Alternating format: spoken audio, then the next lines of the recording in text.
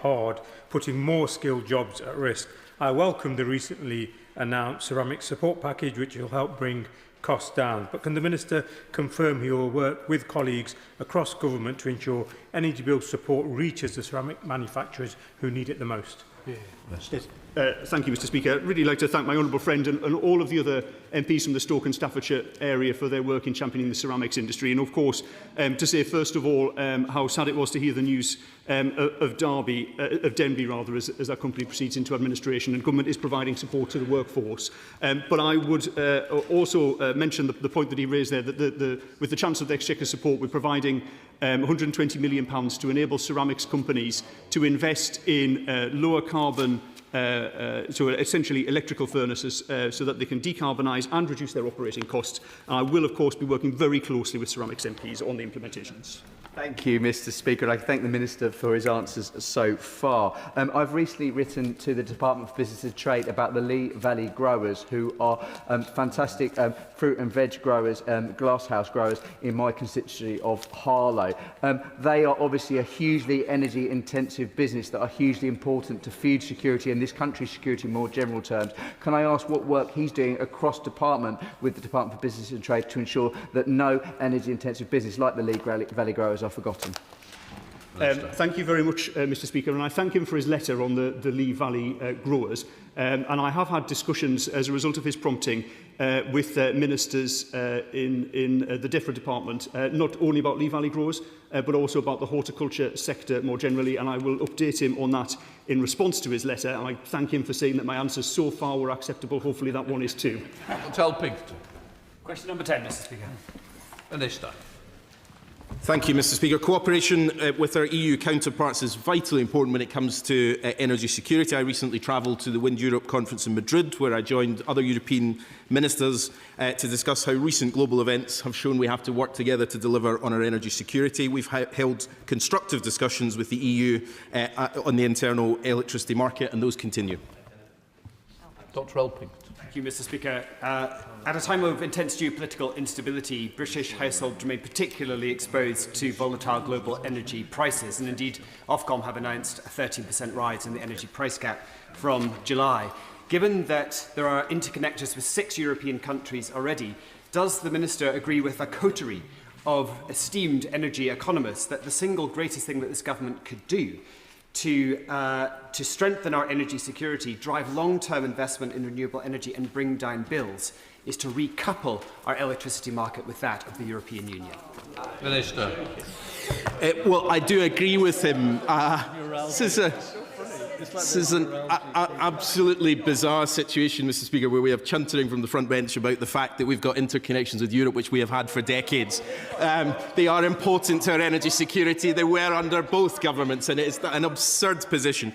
He is absolutely right to say that in a moment of geopolitical uncertainty, the closer links with Europe are important. Our interconnectors are both import and export every single day to the benefit of consumers in Britain. We do want to see much more efficient energy trading, and that is why we're working on those formal negotiations about the EU internal electricity market and why it's important for Britain.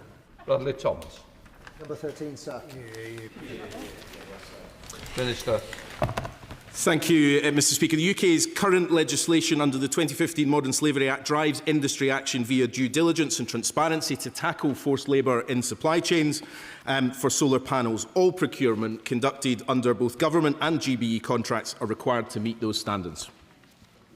Thank you, Mr Speaker. The Xinjiang Uyghur region of China is estimated to provide 45% of the world's solar-grade polysilicon. 68% of UK panels are estimated to come from China. 2/3 of NHS trusts are dependent on Chinese solar.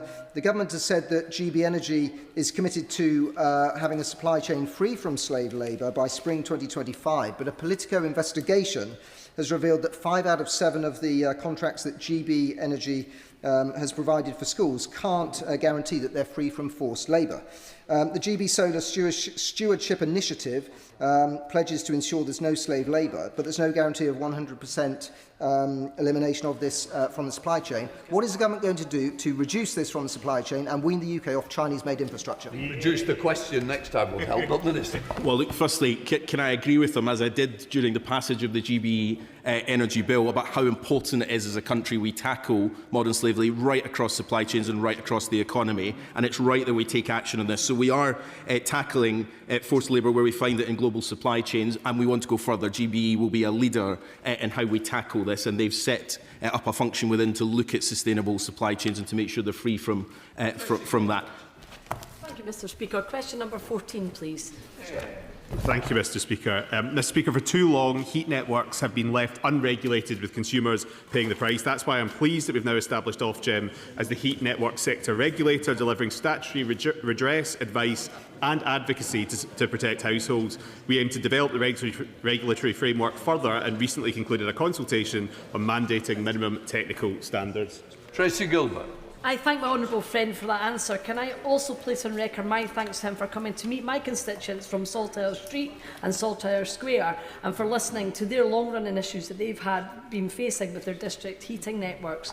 I welcome the regulation this government has brought forward. Can my honourable friend confirm that data on pricing will now be needed to be reported quarterly to Ofgem, and that this will help increase transparency for my constituents and others?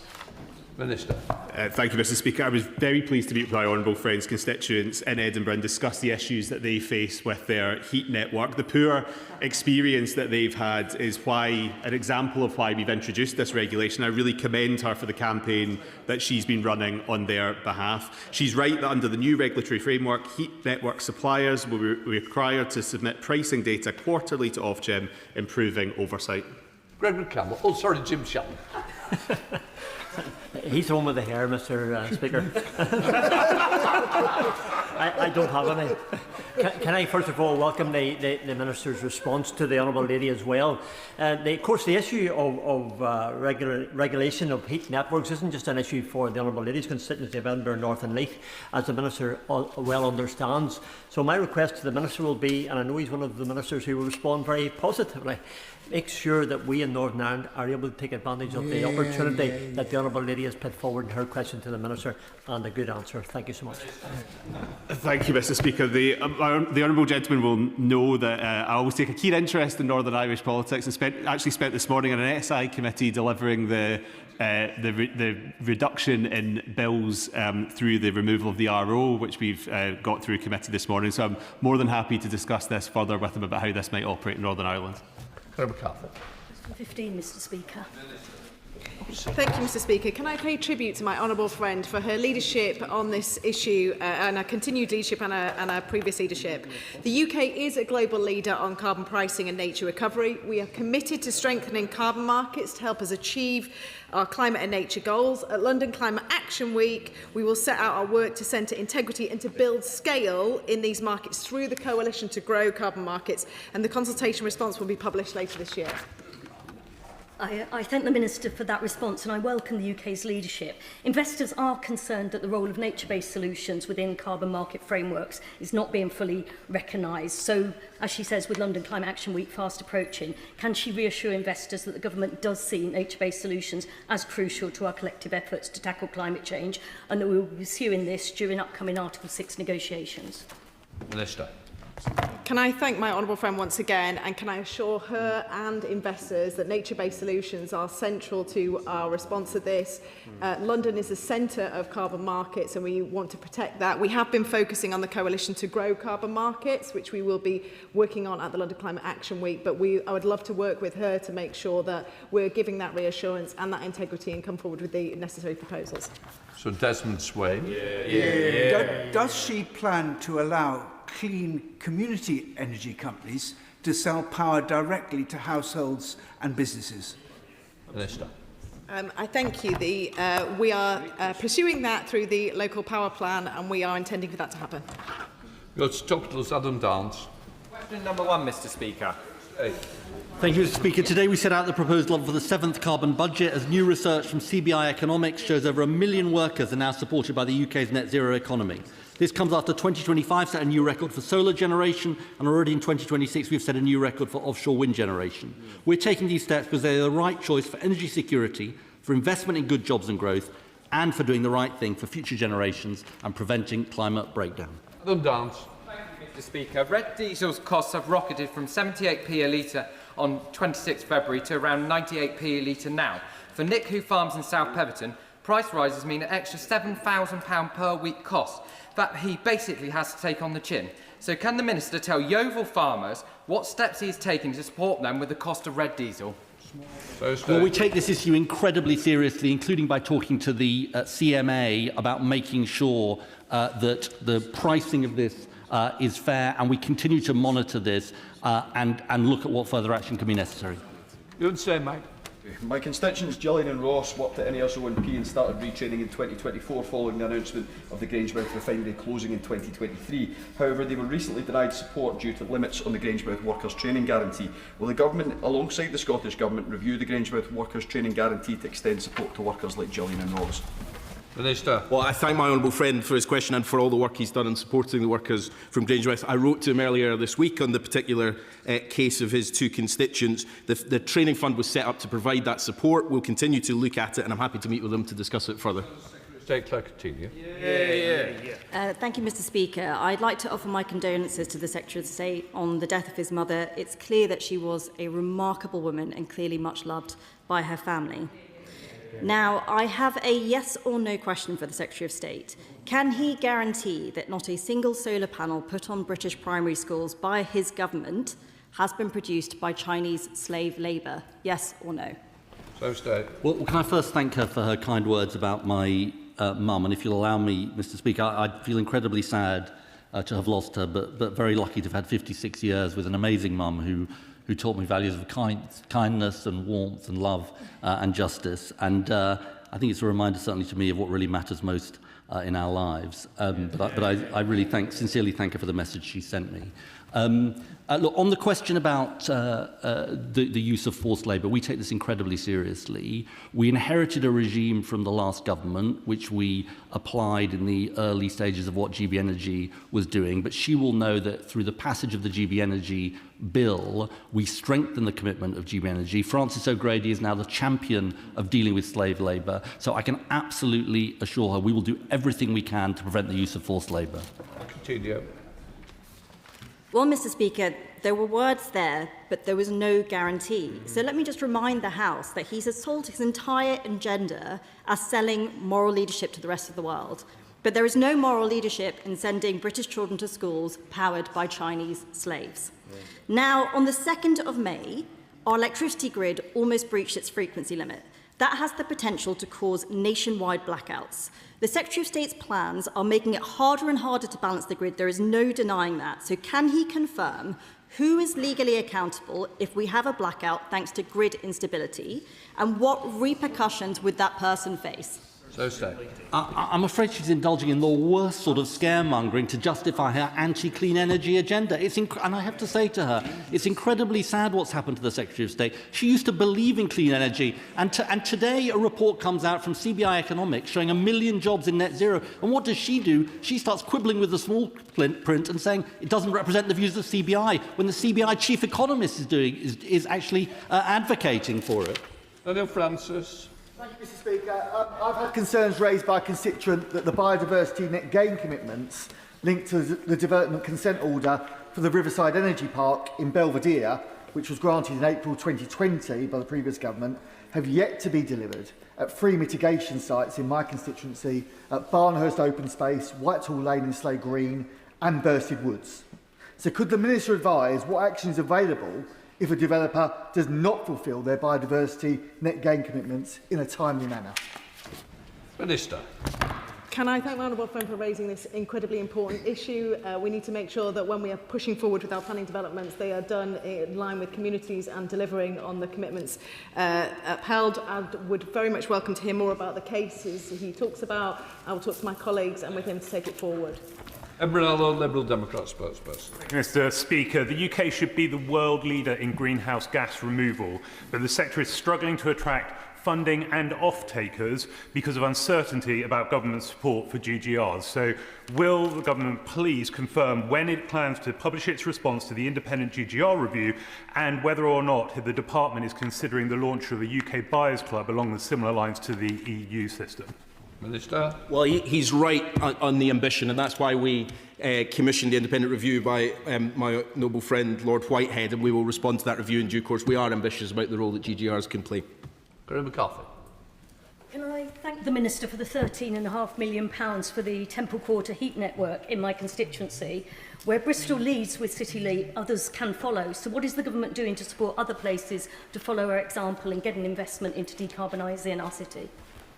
Minister. Thank you, Mr. Speaker. I know my honourable friend's a big champion, not just for Bristol, but for climate action more generally. And Bristol is one of the trailblazing heat network cities, and the City Leap partnership there is a model for what other local authorities can consider. I'm pleased that we've announced nearly £35 million in this Parliament for further development of their heat networks. Lord Spencer. Thank you, Mr. Speaker. Why does he think Tony Blair is so critical of his policies?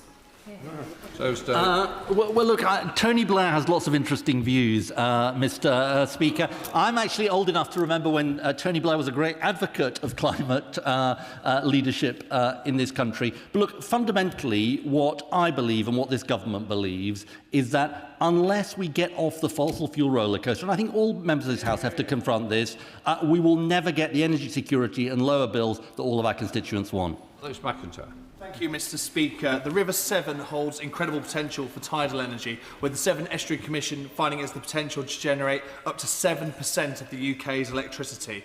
Will my right honourable friend agree to meet with me to discuss how the government plans to take this forward and how we can ensure some of the resulting good quality green jobs come to Gloucester? Thank you, Mr. Speaker. We're grateful for the Severn Estuary Commission's work, and we recognise the potential benefits that tidal range can bring to our energy system.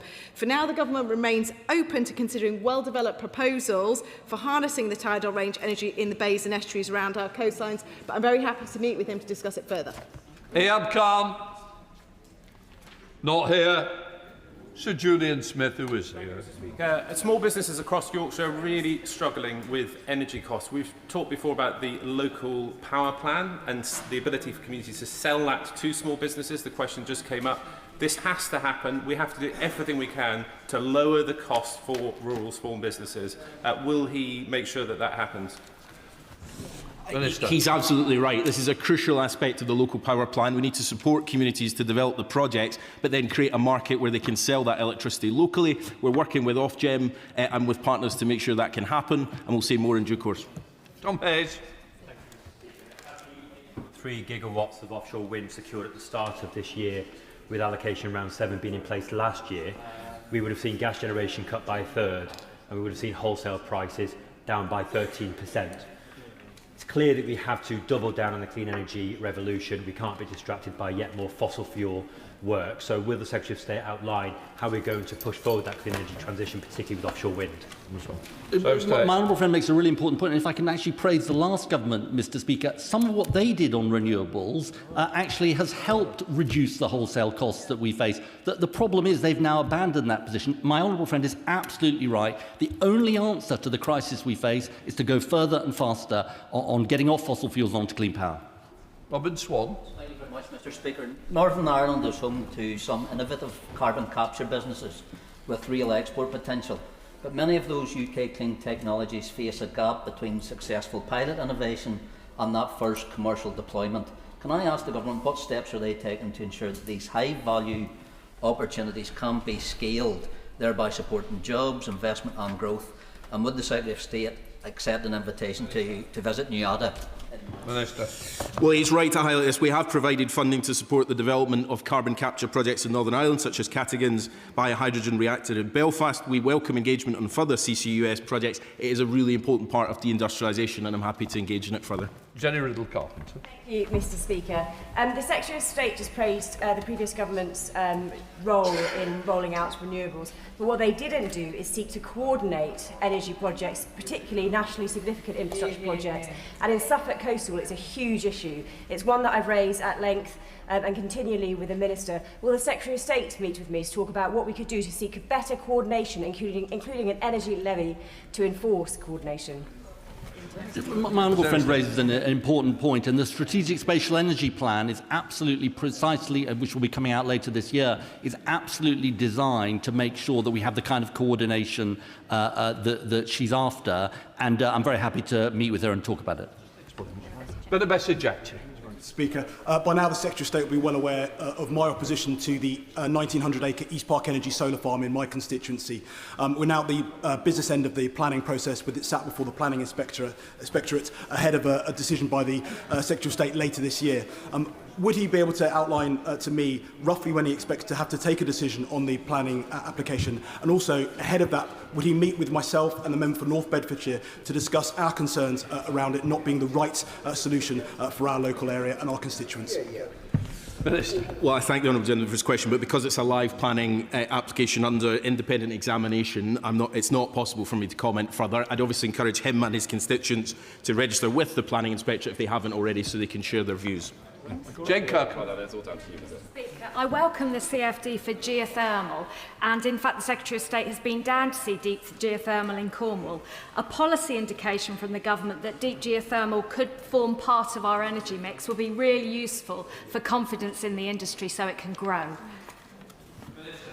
I thank my honourable friend for her continued championing of this. It was very exciting to see the opening of the first projects in February. We are focusing on the local heat networks, but we will continue to engage, and we're glad to see that the CFD projects are coming to fruition. Richard Tash. Thank you, Mr. Speaker. Once again, the front bench has inadvertently misled the House when they say there's a single price internationally for gas. Gas in the US is 80% cheaper than it is here in the UK. So, Mr. Speaker, when will the Secretary of State grant oil and gas licences in Jackdaw, Rosebank and other fields in the North Sea to increase supply to bring down the bills? Mr. Speaker, however many times I tell him, he doesn't seem to get it. We are price takers, not price makers. Even the party opposite, who want to drill every last drop, don't claim it will reduce bills. The truth is, he said he would wage war. If he calms down for a minute, he said he would wage war on clean energy. That is waging war on jobs across our country and energy security. Mr. Speaker, today, X-Energy and Centrica's proposals for advanced modular reactors at Hartlepool reached another major milestone with the submission of an application for a generic design assessment. Given the importance of retaining Hartlepool's world-class nuclear workforce and ensuring there's no cliff edge when the existing power station approaches the end of its operational life, can the Minister reassure me that every effort will be made to maintain the outstanding momentum to build this project and accelerate progress wherever possible? Well, I thank him for his question. And I'm incredibly excited about the project of X-Energy and Centrica, and I've met with them both to talk about it. This is part of this government overseeing the biggest nuclear building programme in half a century, and that is absolutely part of the Clean Power mission.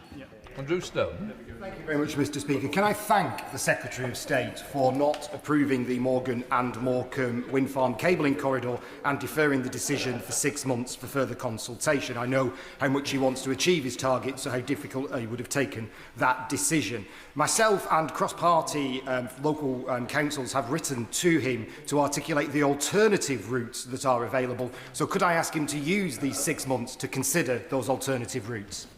Well, look, as I've said before from the dispatch box, for obvious reasons, applications that are live, it would not be appropriate for me to comment on. We obviously look at every single application on its merits, and even though we have ambitions in place for where we want to get to, individual planning applications are considered on the individual merits that they're presented on. Speaker. Peak Cluster in the Hope Valley is a cement decarbonisation project looking to prevent 3 million tonnes of CO2 from entering the atmosphere every year. Will the Minister commit to establishing a clear route to market for industrial carbon capture projects beyond Track 1 and Track 2 clusters, which would offer projects like Peak Cluster greater certainty? Well, we do see carbon capture as a hugely important part of how we decarbonise, and we have supported clusters already. We are looking at what a future model could look like, but equally we do need to see other projects coming forward on commercial terms to make sure that they are viable. But I continue to meet with all the clusters, and I chair the CCUS task force to make sure we're doing as much as we can. Martin Vickers. Thank you, Mr. Speaker. Last Saturday, I met with representatives from a number of well-established hospitality businesses in my Brigham and Immingham constituency. One of them is facing an energy cost increase of £70,000 this year. Clearly, that is unsustainable. Can ministers outline what they're doing to prevent unchecked energy increases going year on year? Minister. Thank you, Mr. Speaker. As I mentioned in answer to an earlier question, we are concerned about the role of third-party intermediaries and the proper functioning of the market. And subject to finding parliamentary time, we intend to bring forward the opportunity for Ofgem to act as a regulator there. But clearly it identifies, or he identifies in his question, why it's so important that we return to energy stability in the UK through our own homegrown clean energy. Samuel Wilson. Thank you, Mr. Speaker. In an earlier answer, the Minister outlined the amount of money being spent on carbon capture. Has he considered the impact of his net zero policies on carbon release? Last week I visited a site in the Spurrins where to build a wind farm, 250,000 metric tonnes of peat are to be stripped from the hillside in order to put in the infrastructure. And that's similar in peatlands all over England. What impact has the Minister made of that, and will he consider? Come on, you don't play the game at all. Minister. Well, look, he and I go back a long way, so I thought I would answer this. It is important. It is important that you look at the whole life and the whole context of carbon emissions in projects. I do say to him, though, if he shares our desire to reduce carbon emissions, renewable energy and nuclear energy is the right way forward. Gordon. Last September, I met with the Minister for Energy Consumers about people who'd been adversely impacted by spray foam insulation that had been incorrectly installed. What steps has the Minister and the Department taken to help and give consideration to remediation and support for those affected? Minister. Thank you, Mr. Speaker. We're considering a range of options around remediation, not just in a number of schemes that the Department is responsible for, mostly schemes that were operated by the previous government, and will come forward with proposals soon. Final question, Swallow Brotman. For my condolences to the Secretary of State as well. He will be familiar with the Russian-backed Aquind application for a submarine interconnector that will cut through Portsmouth Naval Dockyard, affecting my constituency to France. The Ministry of Defence has raised national security concerns. We've been waiting for over a year for a decision on the application from the Secretary of State. When will he issue one? Well, first of all, can I thank the Right Honourable Lady for her kind words about my mum. She will know that, unfortunately, I can't comment on the progress of planning applications, but I will definitely pass on her comments to my department. Right, we'll let the front bench change over.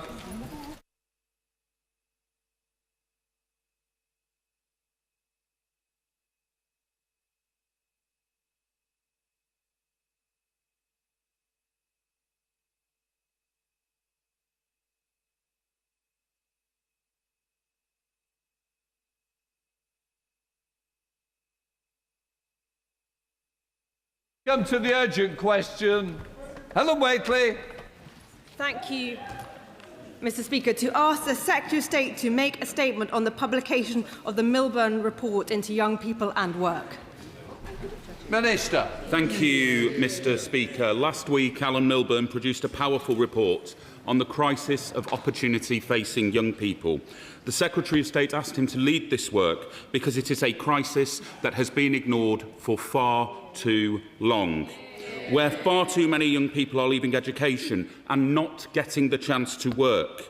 The human and financial impact on individuals can last a lifetime, and the economic costs are significant. What's clear is that this is not a feature of the last year or two, but a deep-seated and long-term issue.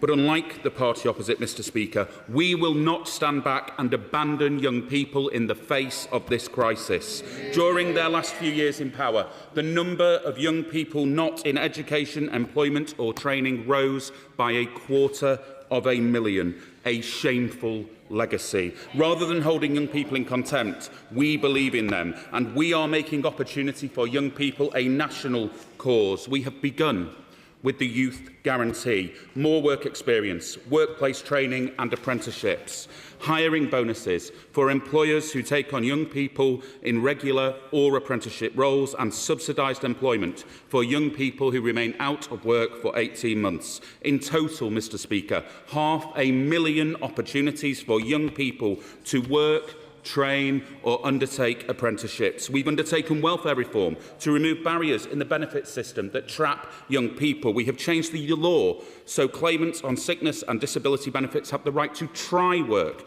without the fear of automatically triggering a benefit reassessment. We've narrowed the gap between the health element and standard allowance, a perverse incentive of the last government's making, and we're investing in genuinely personalised employment support. Mr Speaker, we have made a good start, but last week's interim report is a call to action. That is why this government is putting work and opportunity at the heart of everything we do, and we will go even further as Alan Milburn's work on his final report and recommendations come forward. Helen Medley, says Secretary of State. Thank you, Mr Speaker, and I'm grateful to you for granting this urgent question. It's a shame the Minister had to be dragged here. The Secretary of State was only too eager to talk about this last week on the telly, but where is he today? Why so quiet now? I think we all know, because the Secretary of State has been caught out telling the devastating truth about Labour MPs. Who can we tax in order to pay benefits to others? That's what Labour MPs really think. That is what this government has done: put up people's taxes, spent more on benefits and left hard-working people with less to live off. And once again, their shenanigans are getting in the way of something we really should be talking about. Every morning, 1 million young people wake up in Britain with nothing to do and nowhere to go. This is a disaster for our country, our economy, and worst of all, for all those young people, Labour's lost generation. The Minister said this started under us. Yes, the numbers did start going up from the pandemic, so this wasn't a surprise for them. Yet here we are, after almost 2 years of them in office, and Labour still has no plan. All they have done is make the situation worse and, of course, commission this big report.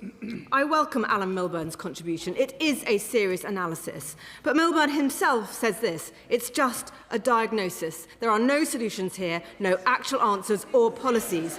In fact, he even tells us the things the government has been doing, their piecemeal programmes, are not going to work. Yes. He also says after 6 months of inactivity, young people are far less likely to ever work.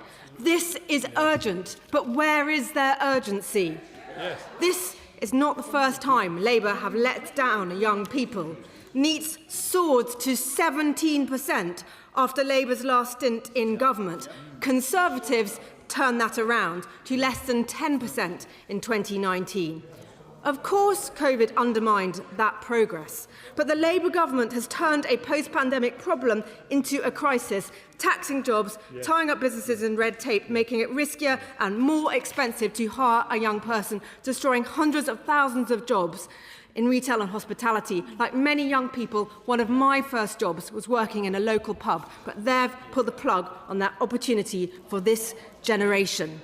Whenever we do get to hear their plans, I think we know what they will be: spending more money and taxing people more to pay for that. The wrong answer. The answer is jobs, back businesses, cut taxes, get rid of red tape, get government out of the way and reform welfare. Order. It's 2 minutes. We've got to... Yes, it is 2 minutes. It's always been 2 minutes. I've not changed the rules. When I grant it, please stick to within the rules. It helps me because we said we're going to start off trying to adhere to it. Minister. Thank you, Mr Speaker. And I have to say that that was a predictable set of questions from the honourable lady, who has the audacity to label the NEETs of this country Labour's lost generation when it increased 250,000 the number of NEETs in their last few years in office. She tells us that there were no solutions in this report. Hardly a surprise for anybody paying attention, Mr Speaker, given that this is an interim report with further recommendations to follow. She raises national insurance contributions. But what does Alan Milburn actually say in his report? Let me direct the House's attention to paragraph 268 of the report. Mr Speaker, it says, and I quote, "The UK's NEET crisis is much more long-term and deep-seated than any decisions taken in the last few years." And at paragraph 266, on NICs specifically, again I quote, "It is worth remembering that those under 21 remain exempt from employer NICs, and as the review has already highlighted, the increase in youth inactivity long precedes any recent changes." She chirps, "I am in denial, Mr Speaker. This is their record, their problem, and a mess that we will solve." But of course, Mr Speaker, on that very point, there was no explanation or... Please. This urgent question has been granted. I don't need the front bench to come in and then start thinking they can shout the Minister down. Thank you, Mr Speaker, because of course there was no explanation or apology from the Honourable Lady for the fact that it was her party that left almost 1 million young people not in education, employment or training. A predictable omission, but an unacceptable one nonetheless, because discussing the rise in NEETs in recent years without discussing the actions of the past Conservative government is rather like staging Hamlet without the Prince of Denmark. And on my right honourable friend, the Secretary of State's comments, and what he said has been the same ever since he was appointed. He has said that we have to change the question the system asks from what benefits are you entitled to how do we help you change your life. That is what matters, Mr Speaker. That is exactly what this government is doing, fixing the broken welfare system we inherited from the party opposite, rebalancing universal credit, implementing right to try, tackling their backlog on access to work, and of course our £2.5 billion investment in the Youth Guarantee. That is the welfare reform this government is delivering, Mr Speaker, with opportunity and work, especially for young people at its heart, and the guarantee of a safety net for those who need it. Chair the Select Committee, Debbie Abrahams. Thank you so much, Mr Speaker. And I welcome Alan Milburn's report. The Select Committee ourselves are actually in the concluding stages of our own youth employment, education and training inquiry. What we do take account of is particularly the drivers for that, and my right honourable friend is absolutely right. As the UK Millennium Cohort Study has showed, more than half of NEETs currently have experienced adverse and persistent child poverty and family adversity over the last 15 years, which has contributed to the current level of NEETs. And I really do think the Right Honourable Lady should recognise that and apologise. But is my Right Honourable friend as concerned as me that we mustn't forget that in addition to young people, there are also hundreds of thousands of disabled people who have had the lack of opportunity provided, who haven't had the profile that our young people are getting. And they also need to be considered within this, and particularly in relation to employment support for them and young people. Minister. Can I thank my honourable friend, not just for her question, but for the work that the Select Committee has done on their inquiry. And indeed, I know that she had Alan Milburn along to the committee recently to speak to the work that he is doing. She is absolutely right to call for a focus on disabled people too. And the work that we are doing around the Connect to Work agenda does provide significant support to people. There is, of course, more that we can always do. But on this, as with those not in employment, education or training aged 16 to 84, we are determined to act. We have a programme to do so, and we take this extremely seriously. Steve Darling, Liberal Democrat spokesperson. Thank you, Mr Speaker, and it's a pleasure to follow the member for Oldham East and Saddleworth, who always has something of value to bring to the chamber. With 1 million youngsters not in employment, education or training, this is something that has been brewing for many years, but sadly it has been exacerbated by the new Labour government. We've seen the sad decline of our high streets over the last 20 years, 250,000 jobs lost in retail in the last 5 years, and in the last, well, since the last budget, 100,000 jobs being lost in hospitality. The dual impact of national insurance job tax, and also business rates has hit hard. Whitbread have cut 3,800 jobs across the United Kingdom, with the closure of 2 restaurants in my constituency, one in Torquay and one in Paignton. I'd like to welcome most of the findings of the Alan Milburn review for the Liberal Democrats. We welcome the sense of direction that this goes within. But I'd like to ask some key questions to the Minister. What plans do you have? What plans does the Minister have to bring forward some clear economic plans to grow jobs for young people, but also how can we grow our greater connections with European partners to grow our economy? Minister. Thank you, Mr Speaker. The honourable gentleman will have heard the Prime Minister's recent intent to work more closely with European colleagues in partnership because of the economic benefits that can yield. He is right to recognise that this is a problem many years in the making, and can I welcome the broad support from the Liberal Democrat colleagues for the interim review, and I hope that will be the same when the final review comes forward with recommendations. In terms of plans to bring forward jobs for young people, I would point him to recently announced interventions by the Secretary of State to provide £3,000 to small and medium-sized enterprises hiring apprenticeships, and £2,000 to any employer who hires a young person who has been on universal credit for more than 6 months. This will make a significant difference and is the right thing to do. Joanna Baxter. Thank you, Mr Speaker. Too often young people are written off as lacking ambition when the reality is that they're lacking the opportunities of good work. More than 40% of young people not in education, employment or training said that finding fulfilling work was their top priority. Despite that, in my area, under the SNP-run Renfrewshire Council and SNP-run Holyrood Government, employability services are being cut 30%, failing too many of our young people. So can my honourable friend set out what steps the Government is taking to work with the Scottish Government to protect vital employability services, to ensure apprenticeship opportunities for young people in my area? Thank you, Mr Speaker. And can I thank my honourable friend for her question? She knows that I met with an employment support provider in her constituency recently, and I was grateful for her welcome too. She is absolutely right to say that young people do not lack ambition to find work. This is a failure of the state's making, not a failure of young people. And if she has specific concerns about cuts to employment support in her area, I would very much welcome a letter from her setting out those challenges, and I will raise those issues on her behalf. Peter Pepford.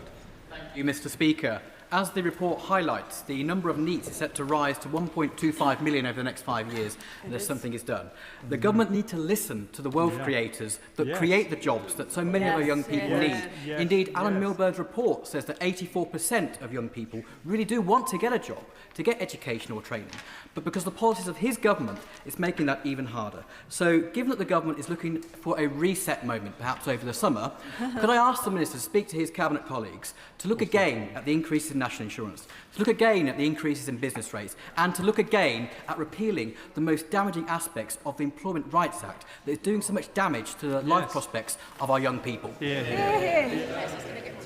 Thank you, Mr Speaker. The honourable gentleman has elevated me to Cabinet level, something that is at least premature, if unlikely to ever happen, I suspect. But may I just refer him to the report, because from the sound of it he has not read Milburn's report. He says, and I quote, "The UK's NEET crisis is much more long-term and deep-seated than any decisions taken in the last few years," with particular reference to national insurance. He says, and I quote, "It is worth remembering that those under 21 remain exempt from employer NICs, and as the review has already highlighted, the increase in youth inactivity long precedes any recent changes to NICs." Thank you, Mr Speaker. I'd like to welcome the interim report and ask a question about work experience. When I was at school, this was typically organised by teachers and gave children a peek into worlds that otherwise would be unimaginable.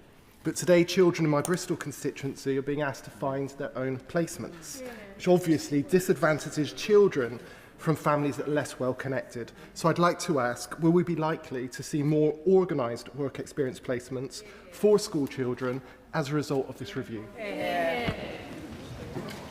Can I thank my honourable friend for his question? He is entirely right to highlight the value of work experiences, and in particular from children from disadvantaged backgrounds who perhaps do not have the connections that others benefit from. He will be pleased to know that the government is committed to reforming work experience to break down barriers to opportunity so that every pupil will have access to 2 weeks' worth of multiple, meaningful and varied workplace experiences throughout Key Stages 3 and 4, progressively increasing their work readiness as they move through secondary education. John Milne. Thank you, Mr. Speaker. I welcome the government's youth guarantee scheme, and something similar operates in a number of European countries. However, under the proposals, it does not kick in for 18 months. If someone is unemployed for 18 months, the damage is already done. Will the government consider acting earlier? Very good. I can understand the honourable gentleman's trepidation, but I fear he has not been made aware of the full range of activity that happens before the 18-month intervention kicks in, the addition of a reframed employment and skills review at 2 weeks, the maintenance of weekly appointments from weeks 3 to 12 with increased focus on personal support to address barriers to work. After 3 months, the Specialist Youth Guarantee Gateway kicks in, where young people are referred to one of 6 options, including swaps, training, work experience, apprenticeships. At 6 months, the £3,000 Youth Jobs Grant for employers recruiting young people kicks in. This is one part of a range of holistic interventions, Mr. Speaker, which we consider will make a significant difference to the challenge we face. Jim Backman. Isn't the truth that governments just do not respect working class jobs like apprenticeships? You know, since the apprenticeship levy was brought in, the number of starts has dropped by 35% and the number of level 2 starts has dropped by 68%. And even those that did take place, only 16% of them were advertised in the 2 months that young people were finishing their exams, creating that gap that young people fall through. And so the Milburn review is welcome and absolutely needed. I am appreciative of the government for starting this process. But can I ask 2 things? First of all, why can't we close that gap today and say that every public sector employer, whether it's the government itself, a council, the police service or the NHS, must advertise at the point that young people are leaving school? And secondly, that devolution has got to be part of this problem, because we cannot command and control from the centre when so much of this is about localised economies. Can I thank my honourable friend for his question? I certainly agree with him about the power of devolution, something that he and I know only too well from our roles as leaders within the Greater Manchester Combined Authority. But what I hope that he will recognise is that this government is taking a very different approach on apprenticeships and technical education, and that is underpinned by the Prime Minister's revised target, not of 50% of young people going to university, but 2/3 of young people in either an apprenticeship or higher education. Sir Oliver Down. Thank you, Mr. Speaker. Many young people take time to adapt to new jobs and simply haven't proved themselves after 6 months. But with the coming into force of the government's Employment Rights Act, they're going to increase reduce the period for dismissal without fault from 2 years to 6 months. Now, many employers have told me this will make them much less likely to employ young people because they fear they won't prove themselves in that time period, and indeed after 6 months to get rid of them unless they really prove themselves, because they fear otherwise it will be so much harder. Now, this provision is not due to come into force at the beginning of next year. At this very late stage, can I urge the Minister to look at it again, because it will make a bad situation so much worse for young people. I understand the point that the right honourable gentleman is making, but I have to say I have rather more faith in young people in the workforce than he seems to. It is the case that the Employment Rights Act is an important once-in-a-generation opportunity to level up rights in the workplace. This government remains committed to it. Mr. Speaker. I very much welcome this report by Alan Milburn, and he highlights the need to work cross-sectorally to support young people. I wonder if the Minister could take away the thought that he could pilot, test and learn by doing a pilot in Hackney with Choices, which works with disabled people, and My Local Mind, which have very good employment training schemes to help people into work. The success rate is phenomenally higher than DWP success rates, and we'd be very keen to work with the government on this. Can I thank my right honourable friend for her question? She makes an important observation that for us to make successful change in this space, we need to work with a range of partners and providers. I am very happy to propose on the terms that she has, that Hackney be put forward to test some of the initiatives that we look to take forward in this space. It's not just working with charities, employment support providers that we need to look at in moving forward, but also working more holistically across government, with health, with education and other departments. We are determined to do that work. Renewables. Much, Mr. Speaker. Alan Milburn, in his excellent but devastating report, makes clear that young people most at risk of ending up out of education or employment are likely to go to a further education college, and he identifies that 32,000 of those FE places are currently unfunded. Now, just last year, Mr. Speaker, in her skills white paper, the Education Secretary promised, and I quote, increased real terms per pupil funding in the next academic year for 16 to 19 providers. Yet I know from talking to my local college that per head funding this year is only going up by 0.55%. That is a real terms cut and a broken promise. Coupled with the lag in funding of up to a year for new students, this is actually disincentivising colleges to take on these pupils. How does the Minister explain that? I mean, what I would say to the honourable lady is that the 0.55% increase in 16 to 19 funding rates is only one aspect of 16 to 19 funding. In the academic year 2026 to 27, we will provide nearly £9 billion in 16 to 19 funding, and overall funding per student will rise by 1.66%, meeting the White Paper commitment by reflecting inflation at the time the spending review was settled. Anna Dixon. Thank you, Mr. Speaker. This excellent report makes clear that exams can lead to early school disengagement, particularly for children who are neurodiverse. My constituent Danielle's son repeatedly failed his GCSEs, leaving him stressed and undermining his self-confidence. She felt his opportunities would be limited and doors would be closed for him. But thankfully, he was encouraged to take functional skills and has now secured a place at Leeds College of Building to learn bricklaying. So does the Minister agree that early information and awareness around alternative qualifications and pathways, such as functional skills, can help young people fulfil their potential?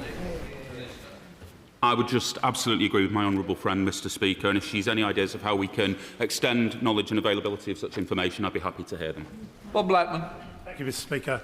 Clearly, the Minister needs to understand that to create the jobs that we need to encourage the private sector to invest.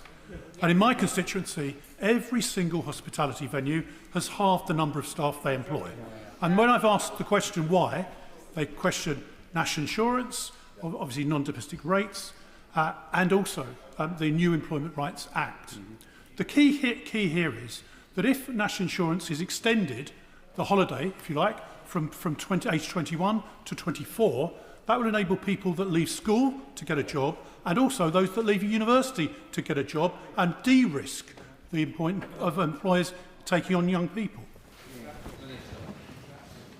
The honourable gentleman is correct to highlight that incentives are needed to encourage employers to hire young people. That is why my right honourable friend, the Secretary of State, recently announced the incentives that I have already laid out around supporting young people who have been on universal credit for 6 months, incentivising employers in financial terms to hire them, and also in apprentices under the age of 25 earning less than £50,000, where there is also an incentive for small and medium-sized enterprises. Joe White. Thank you, Mr. Speaker. I've just had a group of Year 8 pupils visit me in Parliament, and many of their questions were about the increasing numbers of young people on benefits, AI sweeping away jobs, and new opportunities and training for young people. The Red Wall MPs recognise that issues surrounding youth unemployment is not new, but I'm hugely concerned that young people are now seeing this as their future. I very much welcome the government initiative to have a youth hub in Worksop, and I'm already working with partners on this. But does the Minister agree with me that it's working beyond the DWP and with other partners that we need to to resolve this problem? I do agree, Mr Speaker, and I hope my honourable friend heard what I said in response to my right honourable friend from Hackney earlier about the need to work holistically both across government and outside of government with partners in the charitable sector, with employment support companies, etc., to make sure that we have that range of interventions available so that young people do not do exactly what she outlines and see a career, a life, not in education, employment or training as their future. That we must stop.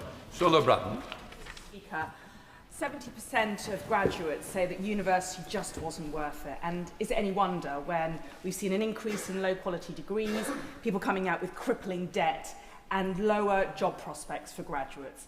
Whilst I welcome many elements in the Milburn review, isn't it right that if we are to fix this crisis of youth unemployment, what's needed is not tweaks, but an overhaul of vocational and training and a correction to the Blairite obsession with university so that fewer young people get scammed by the great university con?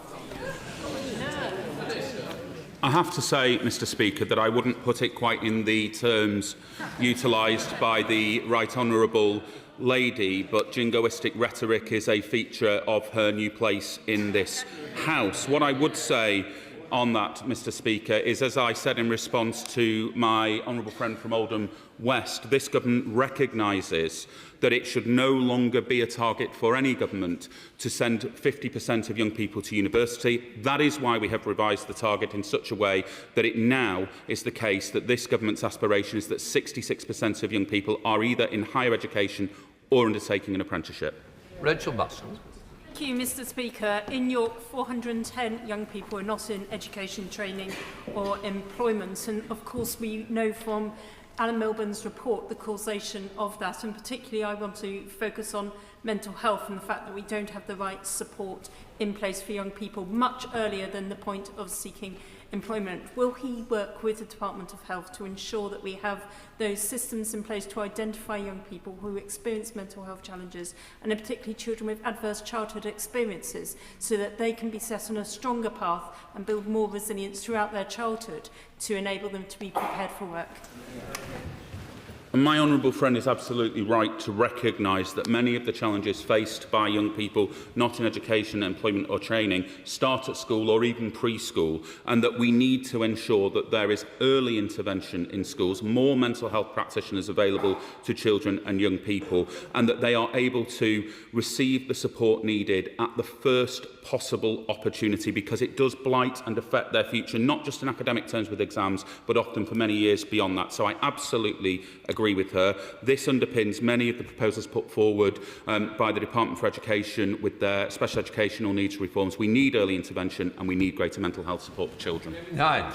Thank you very much, Mr Speaker. This is an important piece of work from Alan Milburn, but I want to ask the Minister about the principles that will underpin the government's approach. Does he think that, other things being equal, if you increase the cost of employing people, that will come at the cost of jobs? And that if there is slack in the labour market, then if you do things like reducing probation periods at the same time, at a time when the cost of employing younger people without experience is anyway going up, that will mean those young people are less likely to be given the opportunities and the vacancies that do exist. Where I do agree with the Right Honourable Gentleman is that in the current climate, incentives are required to encourage employers to hire young people. I have set out the measures that we have taken to do that, but he is one of a number of members from the party opposite today to raise the Workers' Rights Act. This is the biggest upgrade to workers' rights in a generation. This government is steadfast in continuing to support working people and making sure that that bill is fully implemented. Thank you, Mr Speaker. This generation of NEETs grew up under Tory austerity. They suffered closure of Sure Start centres. They finished their education with funding per pupil lower than it was in 2010, and then many of them grew up in poverty. Does my honourable friend agree that we need a root and branch change from what we had under the Conservatives if we're going to end this conveyor belt of young people finishing school and then going into unemployment. My honourable friend is absolutely correct. The damage caused by the previous government to a range of services that children and young people rely on, CAMS, pertaining to the previous question from my honourable friend from York Central, is one example, but there are a range of others. We recently saw a report highlighting the difference that Sure Start had made to young people ravaged by the party opposite. So he is absolutely right that we need root and branch reform. This government is committed to delivering that. Vicky Slade. Thank you, Mr. Speaker. The UK's NEET crisis is the only country that's worse is Romania in the whole of Europe, which is quite shocking. But for me, the issue is around funding further education. Mike Taylor owns Bond's Barbers and runs an award-winning academy, and he has way more students than he can give places to. Other local providers are telling me that they're taking on students with no funding on the basis that they need to get the places in place for next year, with no funding at all for this year. Absolutely. Whilst I recognise the youth guarantee is a great idea, surely it's better to get ahead of it, provide the places for our young people and stop young people becoming NEETs rather than waiting until they've been out of work for 18 months. Very good. Very good. Well, the sweeping range of this government's interventions, Mr. Speaker, mean that we will deliver more than 500,000 opportunities for young people. What I would also say to the honourable lady is that on the specific question of training for younger people, this government has pivoted funding from older apprentices, level 7 and above, to younger, and introduced foundation apprenticeships so that we can better support people who are 16 to 24. Andrew Ranger. Thank you, Mr. Speaker. I welcome this report and it dismisses the long-held stereotypes that young people are lazy or do not want to work. And this is not a failure of young people, it's a failure of the system. Exactly. And in the survey, 84% of NEET young people said they want to find a job, education or training. Could my honourable friend set out how the government believes we can move to a system that recognises this fact and changes to a participation approach, and also how employers can play their part in that? My honourable friend asks an important question, but underpins it in his opening point with an extremely important statement. This is not the fault of young people. They are not lazy. They have been let down for years by a system that does not serve their needs. But in terms of the interventions that this government is putting in place, there is £2.5 billion being put in place around the youth guarantee. We continue to work with employers and employment support providers to talk about how we can tailor to the specific needs of young people to get the number of young people not in education, employment or training down. Sir Julie. Returning to the important points about mental health made by the Honourable Lady for York Central, can I draw the Minister's attention to paragraphs 424 and 425 of the report, which say it is mental health conditions that are now the most commonly reported health condition among NEET young people. This explosion has primarily been in mental health issues such as anxiety and depression rather than in serious mental illnesses. Now, we can all have our different ideas as to what might be causing this upsurge. I think there's been clearly a loss of mental resilience among young people. But does the Minister agree with me that given that this is such a large part of the problem, further detailed research and analysis needs to be done as to why so many young people are so much more anxious and feel they cannot cope? He is absolutely right to highlight the importance of this, and the Department for Health are undertaking a review of mental health provision, the causes, etc. What I also agree with him about is that it is a very concerning increase that 40% of young people are citing mental health conditions as a driver of their lack of being in employment, education or training, and that has doubled almost in recent years. That is clearly unacceptable. That is why some of the interventions that I've cited in earlier answers being led by the Department for Education are so important. More mental health support in schools, getting those CAMS waiting lists down, making sure that children and young people get early intervention when they need help, because as we are seeing through these numbers and this report, it blights them not just at school but in later life. Stella Creasy.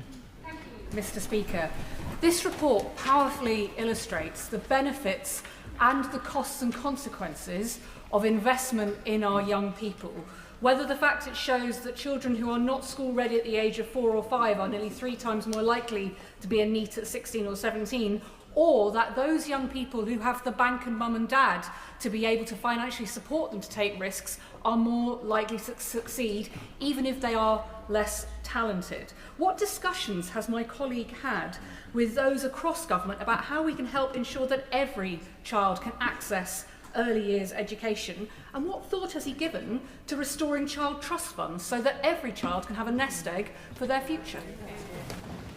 Well, if it's okay with my honourable friend, I will write to her specifically on the point about child trust funds, because it is not specifically in my domain. But she is absolutely correct to highlight the issue of school readiness and the link that that has to the likelihood of a child becoming NEET when they turn 16. That is why, as I said in an earlier answer, the loss of Sure Start is such a tragedy, and that is why I'm so pleased that this government is reintroducing family hubs. And on the question of the bank and mum and dad, I hope that she heard the question that I answered earlier from my honourable friend from Bristol about our intention to revolutionise work experience to ensure that it is not the opportunities that your parents can provide you, but the opportunities that we are able to arrange that make a real and tangible difference and level the playing field. It's a system that is broken, not the young people. Alan Milburn does seem, however, to have actually listened to young people when he wrote this, which too many people do not hear their voices and value those voices. Nobody seems to be talking yet about co-production and the value of asking young people and working with young people in order to make these changes. What will the Minister do to ensure that young people are involved in writing the policies so that we know that they'll work for this generation and not just for what we think this generation might want? Can I thank the honourable lady for her question? I spend a great deal of time talking to young people about what they need to support them into work. Clearly, at the moment, we're waiting for the recommendations of the Milburn review, but she will have seen the intent around co-production from the Timms review. I do not know what will be recommended in the Milburn review as yet, but if co-production is in there, I'm sure that it's something the Secretary of State will look at. Thank you, Mr. Speaker. I was privileged to open our new youth hub in Thanet last week, which is a perfect example of how the DWP is working with third sector organisations and private sector organisations to offer that wraparound help for young people, which of course we need desperately in places like Thanet, where we have 12% unemployment, one of the highest in the South East. Can my honourable friend therefore confirm that in the light of the analysis both in the Milburn review and beyond it, that there is a particularly entrenched problem in coastal towns because of our poor connectivity, transport links and fewer chances to learn and earn, that he will commit to a coastal and place-based dimension to the plans to turn around this moral and economic crisis? I absolutely agree with my honourable friend about the importance of place-based interventions, and of course, as she sits next to my very good friend from Blackpool South, I am aware of the particular challenges facing coastal towns. I will feed that request in. It is incredibly important that whatever interventions we make, they are bespoke where needed and they tackle this crisis in all parts of the country. Smith.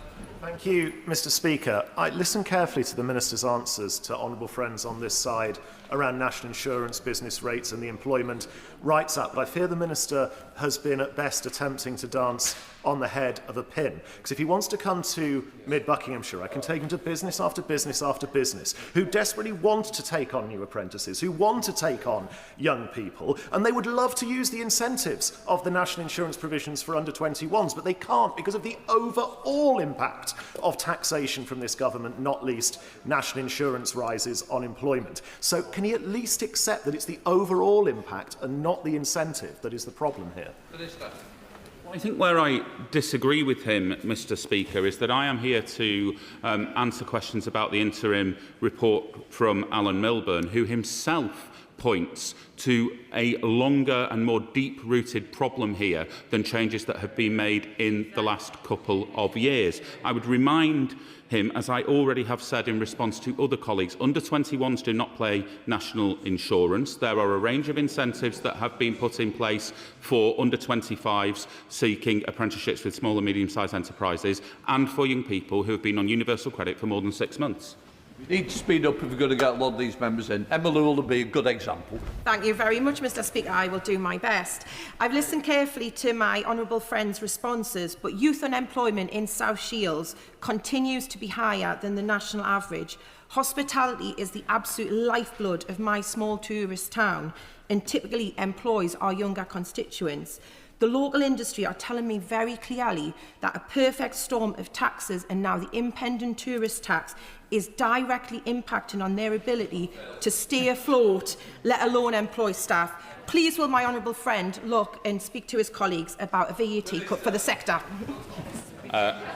I will follow up with my honourable friend directly in the interest of time and write to her on that issue, Mr Speaker. Jess Bradford. Thank you, Mr Speaker. My first job was in a local cafe washing pots when I was 13, and then in my 20s I opened my own restaurant in that same location, offering young people in my local community their first job. But when I'm out in Chichester, all of my businesses are telling me they can't do that anymore because they are so squeezed at every single angle. They can't take risks on young people. So will the Minister lay out what he's going to do to support hospitality, specifically looking at reforming business rates so that those businesses can offer the right path to work for our young people to cut their teeth? Please help me to get your colleagues in, because we are really struggling on time. Minister. The honourable lady will be aware that business rates are a question for the Treasury, Mr Speaker, but what I would say to her is that we are looking at a range of interventions through the Youth Guarantee and other interventions that I've already outlined that will help to provide more opportunity for young people, including in work experience, in first jobs and in training and apprenticeships. Thank you, Mr Speaker. The reality is that a generation was lost and forgotten about under the previous government, with NEETs increasing 40% in Blackpool. Now 3,000 young people are not in education, training or employment, double the national average and amongst the highest. Despite local initiatives like the platform and the job fairs that I put on with the DWP, there is a lack of opportunity. So if the Minister agrees that geography still shapes destiny, can the honourable friend set out how this government... Come on, Minister, please. I'd congratulate my honourable friend on the work that he does around the jobs fairs, etc., etc., and I suggest that we meet to discuss it further. James Wilde. Mr Speaker, youth unemployment in North West Norfolk has increased by 10% over the last year, and the Minister referred to the Milburn report and paragraph 268 on the jobs tax. It actually says if policy aims to increase growth, it has to help minimise risk and maximise incentives and avoid creating a labour market in which costs of entry have risen. So will he actually listen to that, lift the costs on employers so you don't have to subsidise so many jobs? Well, I mean, I would just refer him to the rest of paragraph 268 because this selective quoting does not cover all that was in there, Mr Speaker, because paragraph 268 also says the NEET crisis is much more long-term and deep-seated than any decisions taken in the last few years. Milburn is very clear that action is needed, is very clear that there are a range of reasons for that, and is very clear that he will bring forward a set of recommendations on which he expects the government to act. We await those and we stand ready to act. Mr Speaker, it's brilliant to see an example in the interim report of a young woman who had taught herself Shopify in order to start a business. This government has prioritised growth, which comes from innovation and entrepreneurship. So given that young people have incredible ideas, and given that often young people thrive when they can direct their own destiny rather than adapting to another company's culture, does he agree with me that encouraging entrepreneurship among young people needs to be a significant part of the solution? I absolutely agree with my honourable friend, and I know that the Secretary of State is interested in terms of what we can do to increase support available to self-employed people of all ages. Richard Ford. Mr Speaker, many young people get their first job on checkouts. The boss of Next, Lord Wolfson, said that 2 years ago Next had received 10 applications for every job vacancy, but that number has since risen to 19 applications per vacancy. He said nothing about how retailers have stripped out jobs at checkouts. Next made a profit of over £1 billion last year. Does the Minister accept that retailers also have a responsibility to create opportunities for young people? I do accept that, Mr Speaker, and he will be aware of the work that we're doing with Charlie Mayfield. He may also be aware that we have recently appointed Mark Bolland as the lead NED in the department, a former Chief Executive of Marks & Spencers, and we are incredibly interested at how we can work in partnership with retail to deliver more job opportunities for young people. Alex Burris-Curtis. Speaker, and I'm grateful to Alan Milburn for the sobering report. The proportion of young people who are NEETs aged 16 to 24 in South East Wales in the year ending June 25 was 13.2%, and as the report indicates, this is only modelled to increase. So does my honourable friend agree with me that tackling this increase in NEETs has to be a central mission of this Labour government? Absolutely, Mr Speaker, and not just one for this department, but right across government, including education, health and all of the departments too. Tim Farron. Thank you, Mr Speaker. Amongst the things that Tony Blair taught us last week in his essay was that apparently AI is where it's at and we've just got to suck it up and fit in. But given the vast number, as Milburn identifies, of graduate and entry-level jobs being lost to AI, isn't it time we demonstrate we have agency? Technology doesn't need to be the king, we can be. Isn't it time we built our economy and our technologies around our people, especially our young people, around our technologies, and therefore having a lost generation of 1 million young people as casualties? I mean, I would say to the honourable gentleman that the causes of the 1 million young people are deeper than the advent of jobs being lost to AI. Nonetheless, he makes an important point, and that is why the government is undertaking a review of the impact of AI on the labour market. Toby Perkins. Mr Speaker, only around 5% of young people with an EHC plan end up in permanent employment. So any plan to address this needs to be better on that.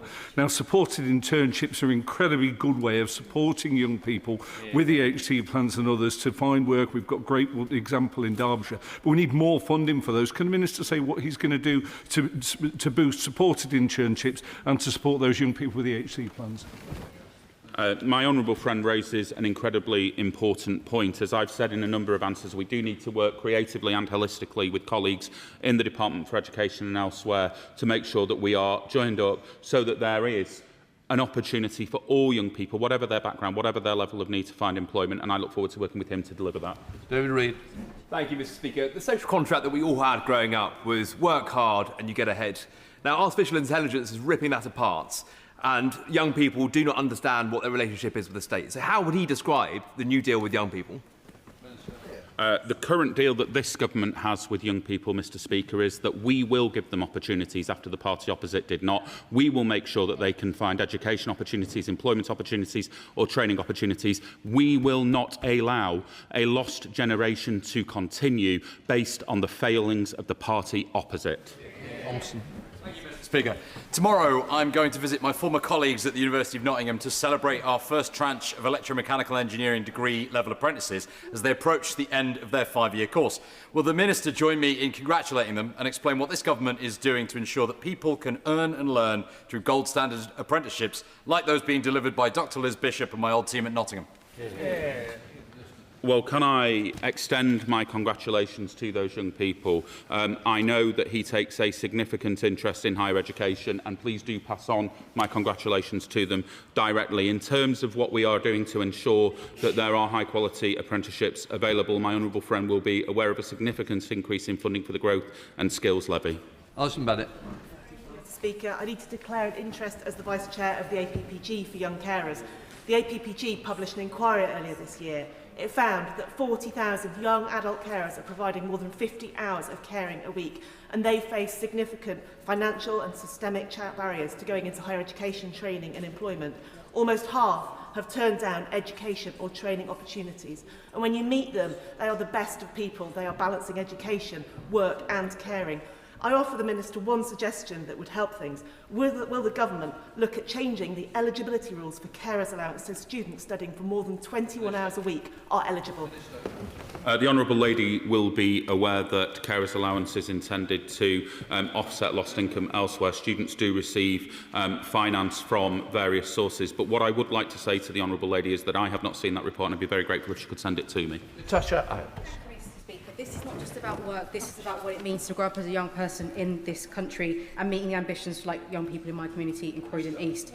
The government has already announced a number of measures to support our young people.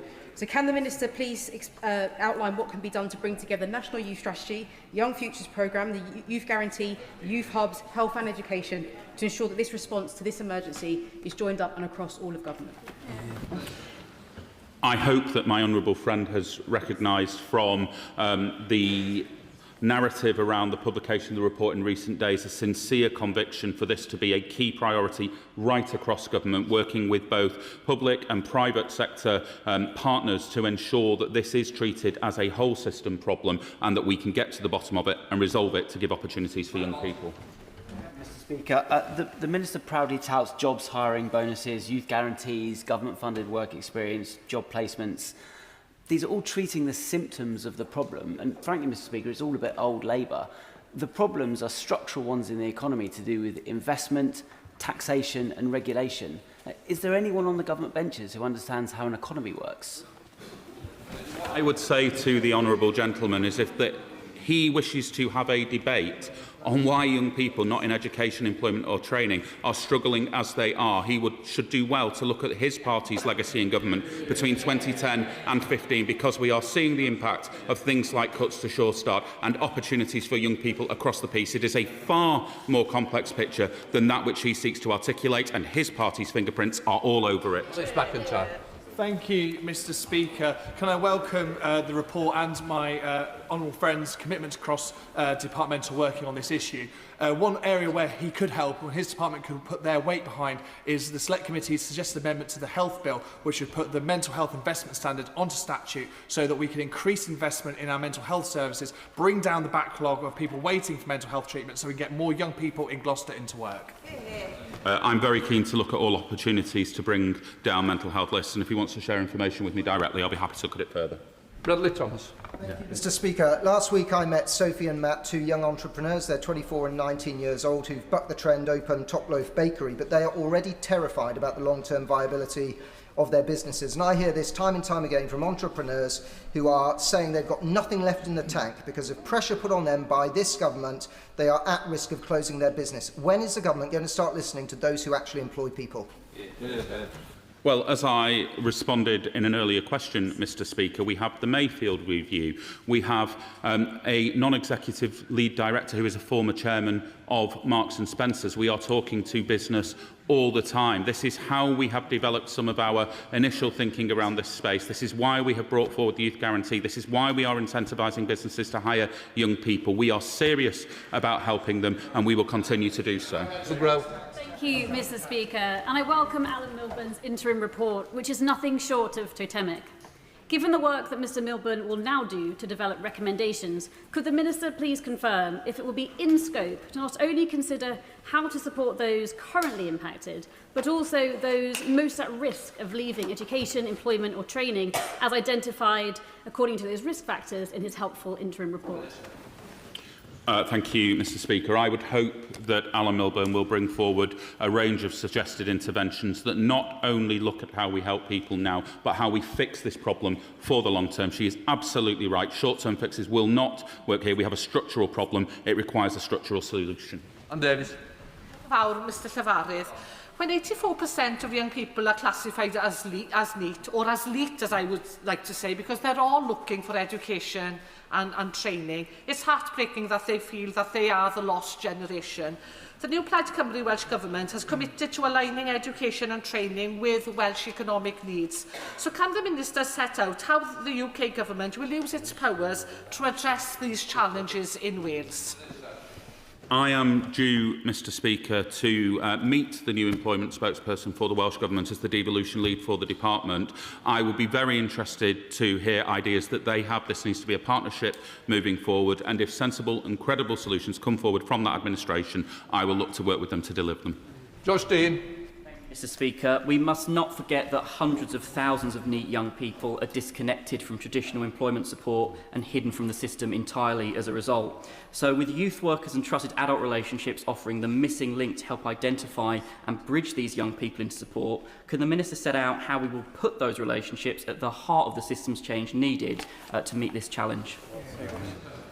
I think my honourable friend raises a really important point, and one that has not been made so far today, about young people who slip through the net because they are perhaps living with their parents, they're not claiming, they are, as he describes, hidden. We are looking across the piece, particularly talking with the Department for Education on the interventions that we can bring forward, and I'll update him as soon as I'm able. Callum Miller.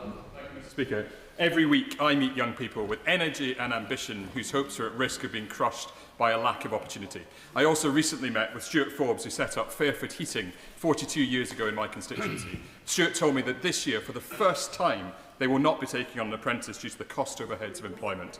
What is the government doing to make it easier and cheaper for local family businesses to take on apprentices? As I've said many times, Mr Speaker, introducing a new financial incentive to support SMEs hiring young people under the age of 25 as apprentices, provided the earnings are below £50,000. Dr. Peter Princely. Thank you, Mr Speaker. Does the Minister agree that what is needed is a complete cultural change in our schools, giving equivalence of practical skills to academic pursuits? We have masses of rebuilding in our country after the wreckage of 14 years, including in Suffolk. Yet we have no welders. Let's fix this. Hear, hear. I do agree with my honourable friend. He is absolutely correct that we need to make it easier for people to unlock technical as well as other forms of education in support of the Prime Minister's target to get 2/3 of young people into either an apprenticeship or higher education. If we are saying we're going to listen to young people, one young person recently said that they should be labelled as NEETs and not NEETs because they are indeed looking for education, employment and training. And positive framing is essential, especially as AI reshapes the labour market and when we have bosses for Standard Chartered calling them lower value human capital. So does he agree we must rethink pathways into work, invest in new models of education and provide stronger safety nets so that technological changes create opportunities, not exclusion?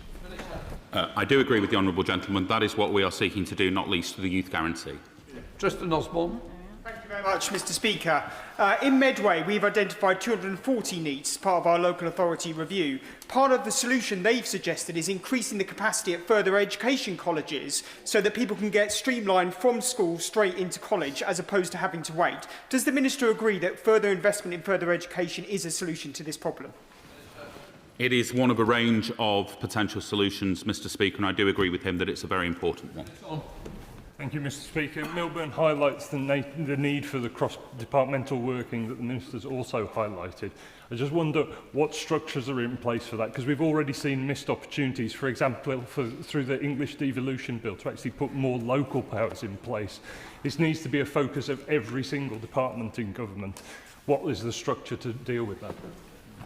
I hope the right honourable gentleman will appreciate that Milburn reported on Thursday and that the recommendations from the report will not come for several months yet. It is an important point. We will need a structure in place. I am very committed to making sure that this is a whole government intervention, but for the moment I think it's important that we take the time to get that right. Thank you, Mr Speaker. Dudley has one of the highest levels of NEETs in the country and has the highest levels of deprivation. After my NEETs roundtable in February, stakeholders wanted better data, joint-up services with the DWP, health, education and better provision for SEND locally. What guarantees will my right honourable friend give me to ensure places like Dudley are prioritised and root cause of inequality are tackled holistically? What I can assure the honourable lady of, my honourable friend of, is that we are absolutely committed to delivering that holistic intervention, to making sure that all areas of the country see progress in this space, but that particularly, as she would expect, as colleagues would expect, we target those areas where this is the greatest problem, and if that includes her constituency, she will see some action. Shannon. Speaker, the concept of paying your dues, working the long hours, the bad shifts, working your way up, the principles which absolutely founded the British work ethic appear now to be seen as something to be embarrassed about. What steps can the Minister take with the Education Minister and voluntary sectors to train our children from a young age that working hard at any level is something to be proud of, and that not working, if you're able to do so, is not a choice anyone should profit from? I am reluctant to respond in the strongest terms possible, Mr Speaker, because it is the honourable gentleman who has made the point and I hold him in the highest regard. But I think what the Milburn Review says loud and clear is that this is not about a fecklessness in young people or that they are proud of being not in education, employment or training. They want those opportunities. It is a failure of the state. It is a failure of the system. Whole system reform is needed and we are determined to bring it forward. Thank you, Mr Speaker. The Milburn report identifies a state failure to provide timely and appropriate mental health support, and this is just about CAMS. This is about people that are up to in adult services. It says most tellingly there are no waiting time targets for mental health services. So will he have conversations with DHSC colleagues to supplement the jobs guarantee with a mental health support guarantee to make sure that young people are not waiting more than 18 months for mental health support? I will raise that with the Department for Health and come back to him. Graham McCarthy. Thank you, Mr Speaker. We've got some excellent alternative learning providers in Bristol, from Enemy of Boredom, which is about developing video games, to the Wheels Project, which is about stripping down cars and rebuilding them. They're a lifeline for young people struggling with mainstream education. Will, as part of the Milburn review, the government look at supporting ALPs so that young people can be set back on the right path towards a job in the future? We are still waiting for the recommendations, Mr Speaker, but I will feed in my honourable friend's suggestion because I think it's a good one. Francis. Speaker, one legacy of the previous government was it was easier to keep disabled young people on an EHCP until they're 25 because there isn't adequate support to get them into work, but equally for other young disabled people to make them NEET because there isn't adequate support to get them into work. So will my honourable friend agree with me that any reforms need a cross-departmental approach to support disabled young people into work and ensure there's lifelong work opportunities for them? I do agree with my honourable friend, Mr Speaker. Sometimes this can feel like a vicious circle for young people with disabilities, and we need to make sure that we get this right. Speaker, my generation and the generation after me have been systematically failed. The scale of the NEETs crisis is not because of young people, but as the Minister says, a widespread problem across education, health and indeed the welfare system. So can I take this opportunity to welcome the report, praise the work of the excellent Job Centre staff in Castlemilk and my own constituency, and invite the Minister to come to a jobs fair for young people that we're hosting later this year. Can I join in his praise for his local Job Centre staff? He knows that I would never refuse him, and I look forward to that visit. Scott Arthur. Thank you, Mr Speaker, and I do refer members to my register of interest. I was really disappointed earlier to hear anxiety as a condition being downplayed, because it can be absolutely debilitating, and we do have to accept that. To solve the problems presented in the Milburn report, we'll have to break down the silos within government and work with the devolved government. So I'd be grateful if the Minister can outline his approach to doing that. And also, there's a tendency... As I said in response to an earlier question about conversations with the Welsh Government, I am due to meet my Scottish counterpart next week. These conversations take place regularly, routinely, and we will ensure that we have a joined-up approach so that everybody across these aisles is able to benefit from these changes. Thank you, Mr Speaker. I recently visited the Jobs Centre in Bournemouth Town with the Employment Minister, and we saw the great work they were doing to build skills and confidence of young people through work experience with organisations like National Trust. Now, I'm delighted we're also getting a youth hub. Can the Minister please tell us how young people in my constituency will benefit from that? Mr Speaker, youth hubs are an incredible way for specialists to reach out and work with young people across a range of different interventions. It is a single space from which we can really drill down and target the needs of individual young people in individual communities such as hers. And if I may add, I know my right honourable friend very much enjoyed a visit because she told me so. Jim Dixon. Thank you, Mr Speaker. In my constituency of Dartford, major government-funded infrastructure projects are providing strong opportunities for young people, including skills training, permanent jobs and careers. Does the Minister agree with me that as we renew our homes, our bridges, our crossings, our rail, our infrastructure, we've got to maximise the opportunities for young people? I absolutely agree. That is significant government investment, and it presents a significant opportunity to do just as he says. Thank you, Mr Speaker. This report identifies the vital importance of the home learning environment, which is a dry term, recognising that children don't grow up in isolation. They're in rich relationships, and parental skills, parental relationships, secure attachment all really matter. As Chair of the APPG, I'm really pleased the Minister's mentioned family hubs and the government's investment in them. With the new guidance, they're set to be really rich networks, partnerships that support families. Does he agree there should be cause for us to double down on our plan to roll them out quickly and successfully? I absolutely agree, but he'll appreciate that that is DFE lead. McAllister. Thank you, Mr Speaker. The majority of young people not in employment, education or training in West and Bartonshire want a job or training but are not getting the support they need. Does the Minister agree that one way to tackle the challenge of youth employment is through our youth hubs, such as in West and Bartonshire, opening this month, 1 of 10 across Scotland, and will he come and visit it in West and Bartonshire? It sounds like I'm having a day out in Scotland, Mr Speaker, because yes, I will take that in at the same time. Right, let the front bench change over.